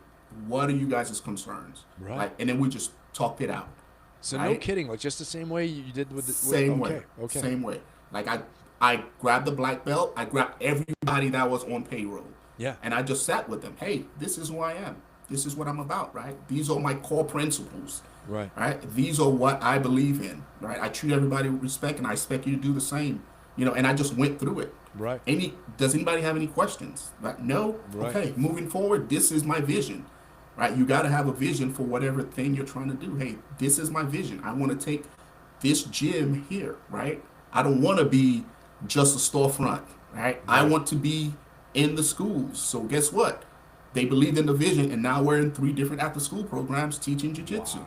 That's amazing. Right? So and then the fact that I stepped in and was able to lead right away, it gave everybody that warm and fuzzy and that trust that they needed, Right. Right. right? But I had to be comfortable within my own skin, right? No imposter syndrome. And that comes from having done hard things, right? I just Right. did 20 years in the military, right? Right. Like Exactly. I'm comfortable. I can make anything happen. So when I stepped in there, I had that aura about me that, hey, this dude is tested, right? And then I stepped in there with good leadership skills and started leading right away, which made everybody feel comfortable. And now they were able to go do what they needed to do, Right. right? Um, in an instant where the coffee company, brand new, I don't have any staff or any of that stuff. What that came down to was me versus me, right? This is, yeah, I And want to transition to exactly dark arts. yeah, And so yeah, this is you actually building and scaling a yeah, company. You're not acquiring the business already in no, structure. So no. different animal, more stressful, less stressful. What do you think? So for me, it was less stressful because Okay. I don't have anybody depending on me. Ah, okay. As Right, opposed to right. the gym, I had payroll, right? So every first and Yeah. the 15th, You got to make it work. they got to get paid. So I had to go out and motivate and find business and Right. like that's more stressful. Dark arts, it's like, hey, like I'm building this from scratch and time is on my side Right. and I can do whatever I want because I'm not accountable to anybody except for myself, which is more dangerous, by the way, because you can easily slack off, right? Right. But for me, I just had a like a task list, and I just started knocking off Okay. tasks off that list. That's huge. Yeah, And people don't understand. Maybe some people, if you're not an entrepreneur, okay, maybe you don't understand as much, but there are definitely a lot of uncertainty. I think that's the thing that separates people who do this long term and don't, is your ability to handle uncertainty, discomfort.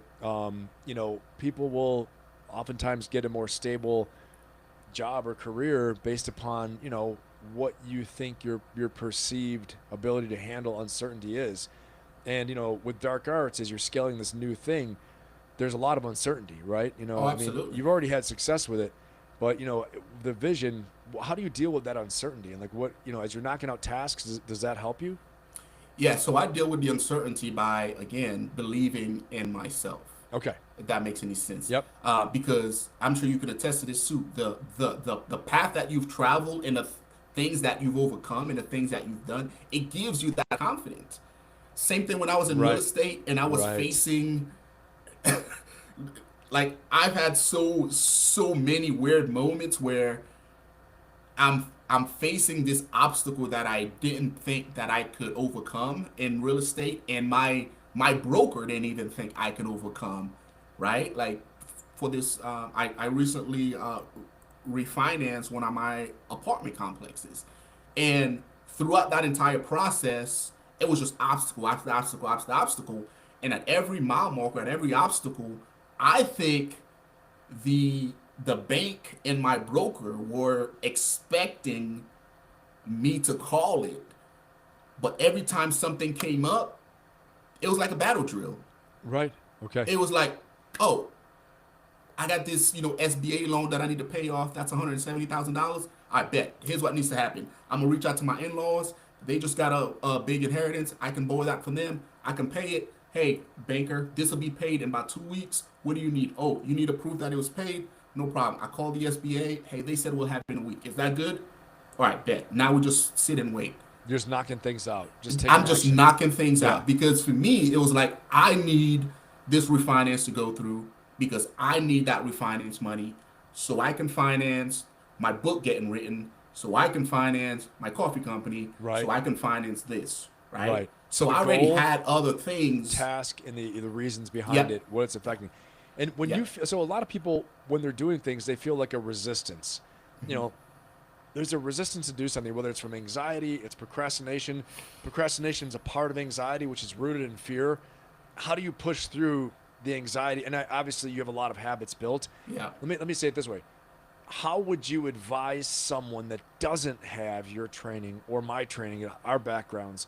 How would you advise them to get to recognize fear, procrastination, anxiety, and to push past it to get things done? Like, how would you advise them to do that? Well, I think like you and I talked about earlier, it comes from building confidence in yourself, Yeah. right? So you got to build those little milestones of learning how to keep promises to yourself, Right. right? So if you're, say you're gonna wake up in the morning, wake up in the morning. And as you're doing that, you're slowly building trust in yourself. And guess what? You're also living in the moment too, right? Right. Because that's Right. all Very true. anxiety is. So You're just start. thinking about, like what's to come. You're thinking about days and weeks and months later as opposed to living in the right now. Right. So just start and taking the small actions, right? You would say that like That's all it is. you got to step into it and do it, Yeah. and whatever it is, and start small or attack that big problem and just face it. I mean, Yeah. it's something. It's funny, but when I coach people in my community, my membership, and all this stuff, and then one-on-one coaching, depending on the situation of people, we'll talk about even as simple as doing an account update, an account reconciliation, laying all your accounts in a spreadsheet, going into each one. What's the number? How much do you owe? How much do you have? Green accounts, red accounts, giving your delta at the bottom. With the delta meaning, the difference between what you owe, what you have, all your credit score, everything laid out on one sheet. People are terrified of doing this sometimes because they're like, I just don't even want to know. I Yeah. don't want to know. I don't want to deal with it. Things are okay right now. It's the same thing going to the doctors, getting tested, getting your blood tests, getting all the tests done. If you don't do it now, you're going to find out. You're eventually going to find out. You're going to find out now, or you're going to find out later. Now you Yeah. can do something about it. But it's the same mindset to taking the action, building confidence and trust in yourself. And Jay, you can support me on that. I think this is what you're saying, right? Yeah, yeah, yeah. Like you got to face the thing, whatever the Yeah. thing is. You have to face it head on because it doesn't get better just because you're not giving it any attention. Right. Right? You Exactly. just gotta face it head on, and then just know and have the confidence in yourself that whatever it is, you're gonna overcome it. Right. Right? Right. I And agree. yeah. And let me ask you what. So along these lines, what habits for you are non-negotiable daily? So for me, I have to work out every morning, Okay. right? Because as I'm trying to build all these different things, one, I need the energy to actually build what I need to build. Yeah. And Right. then two, I need to be around to actually enjoy what I'm building, right? And then Right. two, like for me, it's something that I learned early on in the military is, when it comes to leadership, I tie that to physical fitness, right? Right. That's it, Right. it. I'm not saying everybody has to look at it in that way, but for me, when a leader steps in front of me and tells me to do something, my very first appearance of that leader is what he or she looks like. Right. And to Yeah. me, physical fitness and taking care of your body, which in turn, turns into taking care of your brain and your mental health, it all goes, it's all synced to me, right? Because now Right. you're showing me that you are able to lead yourself. You're able to tell yourself to get up and go to the gym. You're able to read the books. You're able to me, if you can lead yourself, then you can lead others. So for me, the Right. gym is a non-negotiable. Reading is also mandatory for me because what I've learned throughout my years are reading opens the gate to other worlds. At least Wow. for Right. me, right? Love it. Because I think for what? everybody. You're Yeah, right. yeah. Because when you think about it, in my case, I grew up in Haiti. Like I grew up in Brooklyn. Like what other world was I privy to? Right. So in order to expand my mind and see all these different things and get all these different, I had to open the books, right? I Yeah. had to travel through other people's lives through the books, and a lot of the ideas that I got for the things that I've created have been through reading books, right? And Is there one seeing, book that sticks in yeah. your mind that was there like one foundational book or something that was like maybe it was a story or something that just hit Yeah, you? so there's several different books. I started off very early on reading books about how to get wealthy, Hmm. right? So Okay. Rich Dad Poor Dad Yeah. was, if you're in real estate or you inspired to get into real estate, that's a must read. So Huge Rich one. Dad Poor Dad for me. And then The Richest Man in Babylon was another one that I read very early on because it showed me how to, like manage $1, right? Like Right. 70% goes here, Right. 10, 10, and 10. And then I read Dave Ramsey, right, which showed me how to get out of debt Right. using The blocking using and the tackling. yep, using the snowball method, right? Mm. And then I read one of the ones that you've mentioned, Atomic Habit, right? Oh yeah. I read that one, and then I got really heavy into autobiographies because once I got the discipline and the leadership and all of that down, now I'm like, okay, I need to be inspired. Yeah. I have to be inspired by people that are that have been there and that's done it. That's And I right. think That's I right. mentioned it in the last live we did. I didn't realize that majority of these names that are on things are just regular, like Michael Dell. I was like, who? Right. I just thought somebody came up with the name Dell, you know, and Right. but I was like, oh, that's somebody's last name. Right. So I was like, oh, okay, okay. And then Elon Musk. I'm like, so I'm reading all these the autobiographies of all these people, and then it hit me as I'm reading all of this stuff. I'm like, man, so all of these dudes had messed up childhoods. You know, Right. Elon Musk. I was like, God. But then I realized, oh, all that trauma early on just built them in a manner to where they can deal with whatever stress they're gonna face later on in life. Right. Right. And this is And super yeah, inspirational for everyone in the audience too, because everybody's been through their trials and tribulations, but I think it's yeah, so important when they hear someone like you with your story, where you've come from, what you've been through, when you volunteered to go in the military, what you yeah. went through when you're with Big Army. I mean, Hmm. and we talk a lot about special ops and all sneak secret squirrel and ninjas, and there are a lot of stories that are in the Big Army, Big Infantry, Big Marine Corps that won't be told, that are savage and crazy and traumatic. And so I'm so glad you shared all that stuff Yeah, today.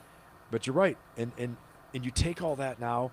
So no matter what you've been through out there, my point is, everybody, you know, use Jay's example. You build the life you want.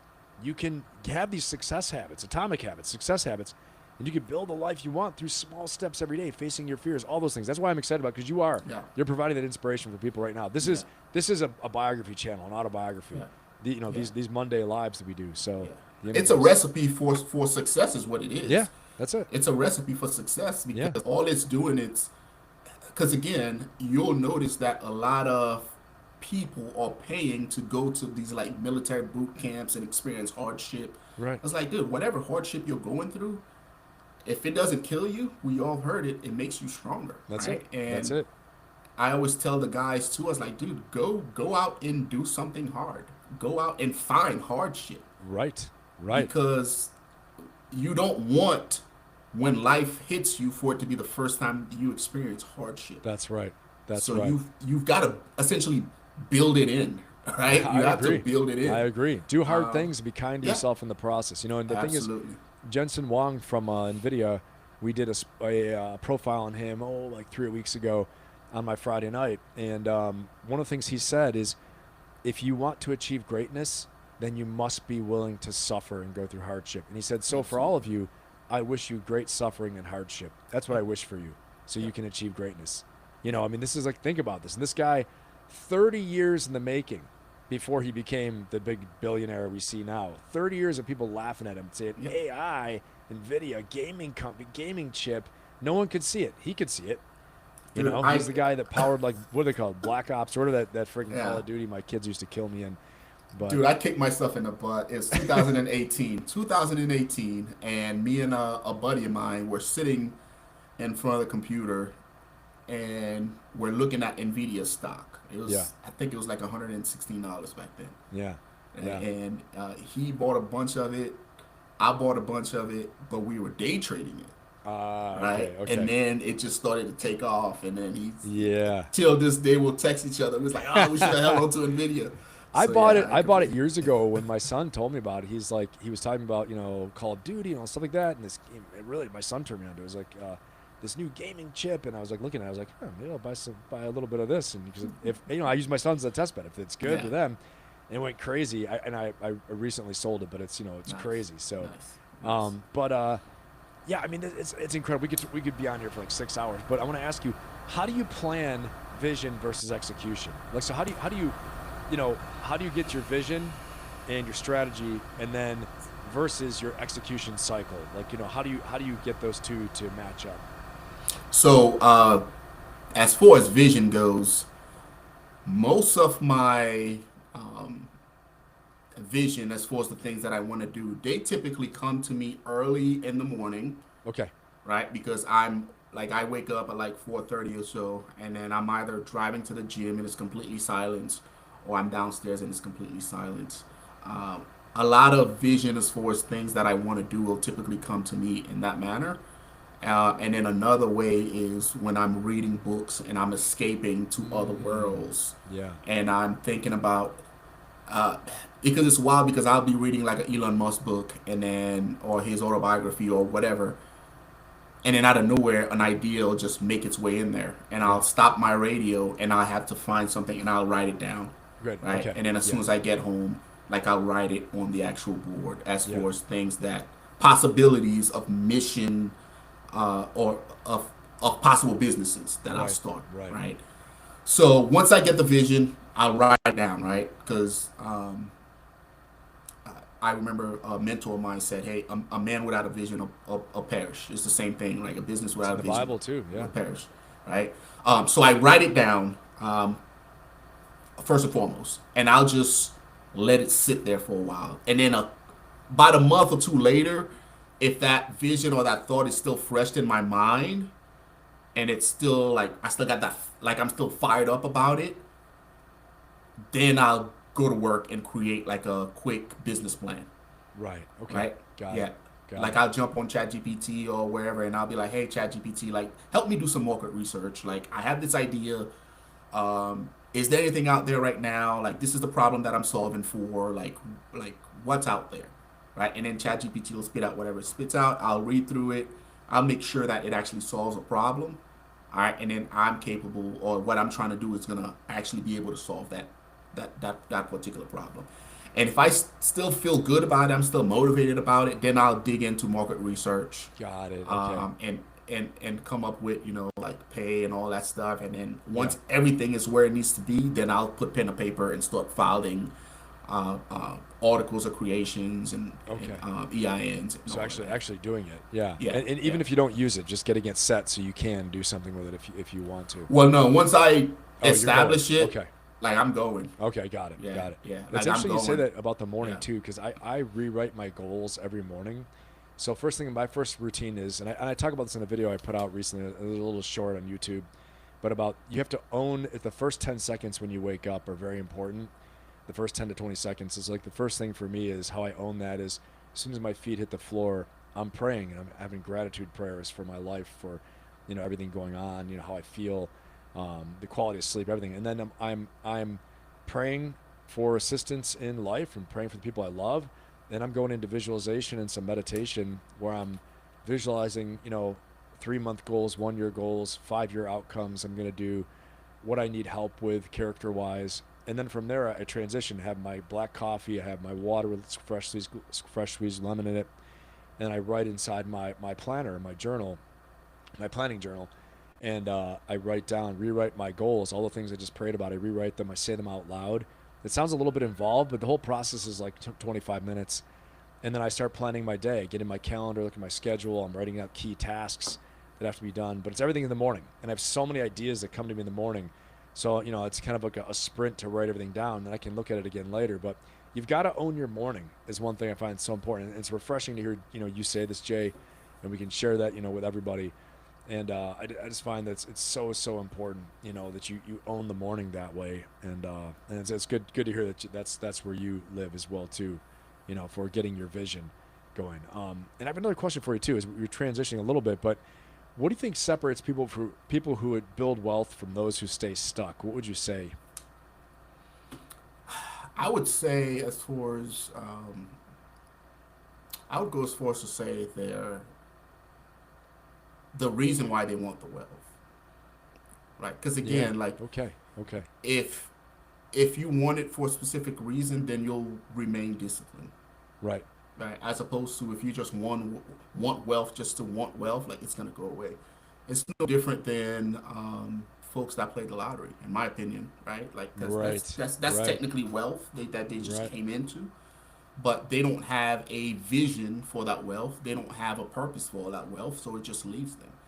I read something very early on that states if you don't tell money what to do, it's gonna leave, right? Right. So if you have all this money and you don't know how to manage it, or you didn't work hard to get it, you won't appreciate it, you won't put it to work, and it's gonna leave. No skin in the Um, game.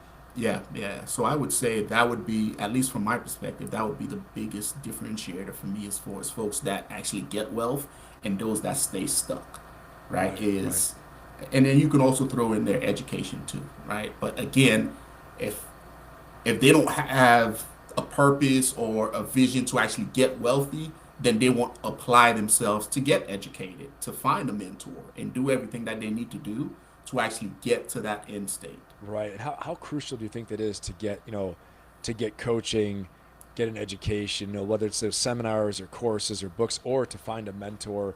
How crucial do you think that is to getting to the next level? If you don't have, like Jake had mentioned this when he was on here and said, if you, very clearly, if you don't have somebody in your family that has achieved that thing, and you refuse to get coaching or mentorship or taking courses to learn, so it's going to be very hard for you. That Absolutely. was his point. What do you feel about Absolutely. that? So I see it as another way of investing in yourself, Right. right? Because again, I think you hit on this the other day.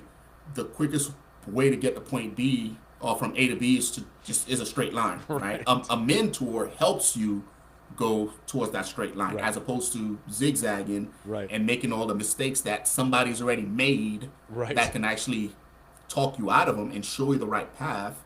Um, to me, it's probably the most important thing, right? That's why like everything that I start or I get ready to start, I always seek mentorship from somebody that's done it before, right? So, for example, the jiu-jitsu gym, right?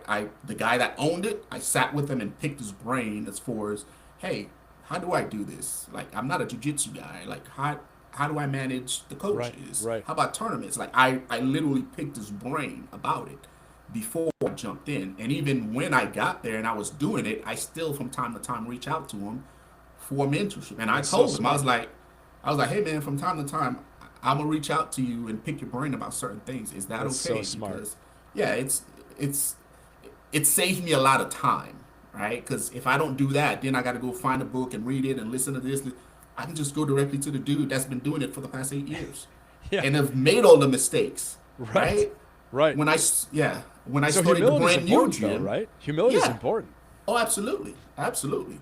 When I started the brand new gym at the brand new location, I did the same thing. I reached out to him. I was like, hey man, like what did you do for marketing?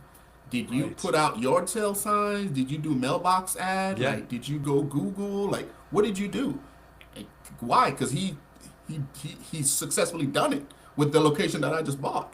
So hey man, I did yard sale signs. That worked the best for me. Then I did postcards. Then I did Google advertise. So I'm learning from him because he's Yeah. done it. It's So you no have different to. I than mean, you anything have to do it. else. You got to Yeah, be willing to get a absolutely. coach, get a mentor. You got to get a guide. You got to get a guide. It's just, and that's non-negotiable. Like in my book, and from what you're saying, it's so important to get you ahead, right? I mean, Oh, absolutely, absolutely. Because again, it shortens the learning curve, right? And it actually exposes you to somebody that's done it and or that's been there and that's done it.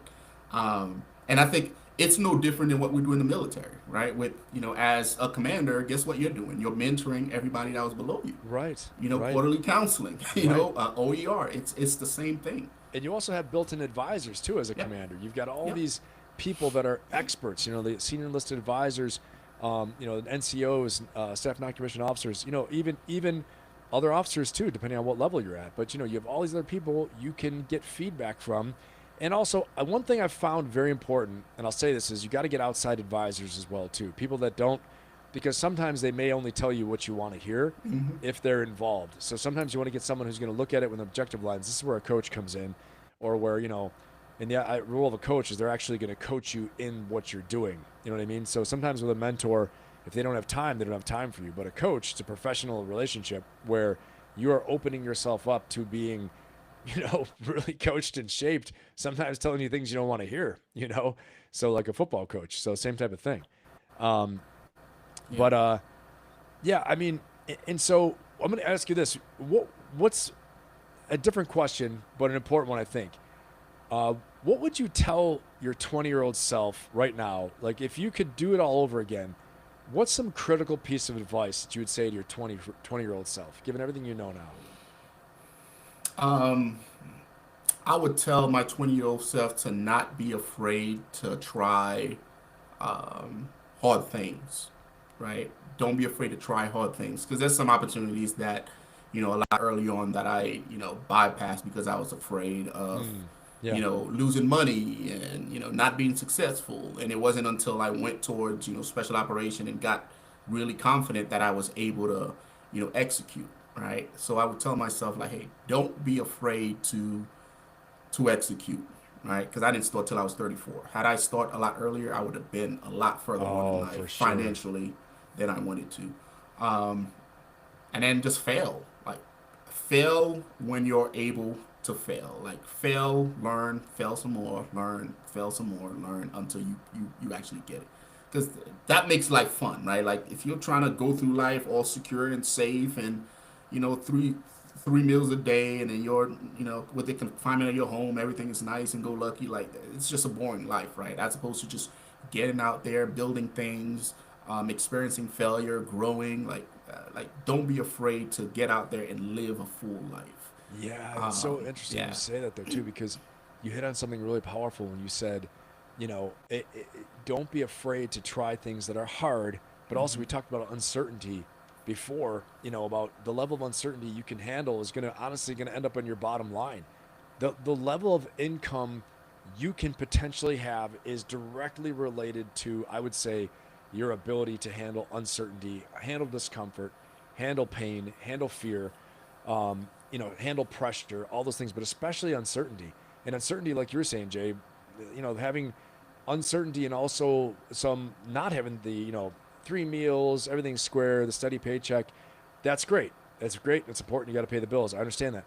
However, as Jay's saying, if you're not willing to try and to take the uncertainty, take the risk, feel the fear, and go through the hard things, go through, the tunnel where it's dark and, and a little bit scary, you're probably not going to get all the rewards you're hoping for. So I think, it's important you're able to take a certain amount of risk, a certain amount of uncertainty. Otherwise, like you were saying, Jay, life will be boring. And so I Oh, think it's great absolutely. advice. Absolutely. And you see everybody gets pissed off on about Elon Musk, but it's like he's worth half, he's worth 500 billion for a reason, right? He took the risks. He Yeah. did the He hard bet it all. things. He bet it all. Yeah.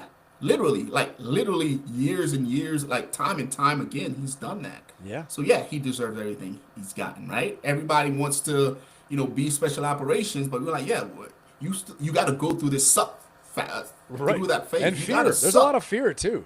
Yeah, you got to get shot at. You got to go through all the things that are incorporated of being a SF guy and surviving it, so you can be where Ben and I are here today. Like Right. you have to Right. go through that, right? Right. So if you want to become a diamond, you got to go through that That process. pressure. You That's a know, great. You posted that the other day, didn't I you? did, I So many did. people want to be diamonds, but they're all running from the pressure. That was a great post. Check. Exactly, exactly. So it's no different. You have to, in order to be, somebody that's seen as super successful, super A type, super. You have to go through the process that it takes to become that person, Right. and you can't shy away from it. That's such great advice, Yeah, and do it's hard gonna things. suck. Yeah. Yeah. Yeah, That's such but great advice for everyone. absolutely. And I really appreciate you being raw and, authentic and sharing this. And, Yeah. and on this show, we have a tradition now of every week in the show, the last guest gets to ask the current guest a question, and they don't know who it will be. And so last week's guest was Kenny Stoddard, five-time Ironman world champion athlete and cyber business executive, entrepreneur. And his question to you is, what do you look like when the Superman cape comes off, the Green Beret cape, when it comes off? Because that's like our shield, when we have like the mask of command, we used to call it, right? But what are you like when you're at your most authentic self? And what does it look like for you? Dude, I'm goofy, man. Like cause my wife would say all the time, if only your followers could see you, if only they can see what you do at the house, right? Cause like I have fun with my kids, I have fun with the wife. I'm always goofing around, and that's when I'm at my most, I guess, vulnerable is, if that's even a Yeah, word, yeah, is when I'm with my family and I don't have to worry about going to war. I don't have to worry about like going outside these doors and taking on life and right, crushing business and whatever. Right? I'm at home and I'm secure. Right? right, right. So yeah, I I would love it. say that's what I would look like. Yeah. That's fantastic. I love that. Yeah. That's great. And so now you get to pass the torch to the next guest. So if you could ask them a question, something that, you think would be impactful and meaningful, what is your question you want to leave for the next guest? For the next guest, I will ask them because it's because you and I had that conversation about you hiring your kids and all of that and Right, wanting them right. close to you. I would ask the next guest when they're 80 years old, what is success going to look like for them? Like, Wow. what is their meaning of success when they get to the point where they're 80 years old and they're looking back at their life? Like, what is their definition of success from that perspective? Wow. I think if we all looked at that from that Yeah, perspective, hopefully we will not have, but we're yeah. probably going to make some different decisions for sure. That's a Oh, powerful absolutely, question. absolutely. Because it's something that I think about all the time. Because it's like, for me, I'm not going to answer the question, but it's like, is it success if you have $500 billion and no kids, no No one's wife? texting you, no one's calling you, Yeah. no one wants to be around you. You know what I mean? Like, is that success? So yeah, that would be my question for the next And you guest. could be like me and bribe your kids to work for you, and therefore they come whether they like me or not. That's But my they're plan, around. ladies and They're gentlemen. around. They're around. That's right. Oh Oh, man. this is great. Well, Jay, thank you so much for Of this course. really awesome interview and all the wisdom you dropped, man. So much gold here for the audience and for the replay. And everybody, like I've said before, please check out Jay on his Green Beret Chronicles. Check him out on Instagram. Please also support his Dark Arts coffee. You got to check it out. It's good stuff. I have it here. Yeah. As soon as I open the box, it smells amazing. It's so good. And Yeah. and Jay, where else can they find you? What? Yeah, there it is, right there. So I'm on Instagram at Jay Dorleus, and then the Green Beret Chronicles YouTube channel, and then I'm on TikTok also. And then again, darkartscoffeeco.com, and I also have Dark Arts Coffee Foundation, so I can donate to that and help people and not pay taxes. All That's right. fantastic. He's helping out. You're helping out like homeless veterans, though, right? Yeah. With your Yeah. charity foundation. Yeah. Yeah, it's Exactly. amazing. So Yeah. Jay, we really appreciate you being here, Of man. course. It's a real pleasure, and I appreciate, all the motivation, inspiration, you taking the time. He's a very, very busy man, and so Yeah. I'm honored he took the time out to be Of be course. on here Of course. today, and I look forward. We'll be on Wednesday on the Yep. Operator's Edge at 10 a.m. So check us out there as well too. It's another one of the things that he's created along with the War Room in the past. Yeah. So, Jay, any final words for everybody? No, I appreciate you guys tuning in. Sorry about the camera going dead midstream, but yeah, it was really great conversation, man. I really appreciate it because again, like you surround yourself with people like you, Jake, and whoever else. Like we can really learn from each other and grow. Because at the end of the day, like that's what it's about. It's creating a legacy that you can be proud of, your kids can be proud of, and then just enjoy life to the fullest. So Very well said, yeah, man. Very well yeah, said. and then don't be afraid.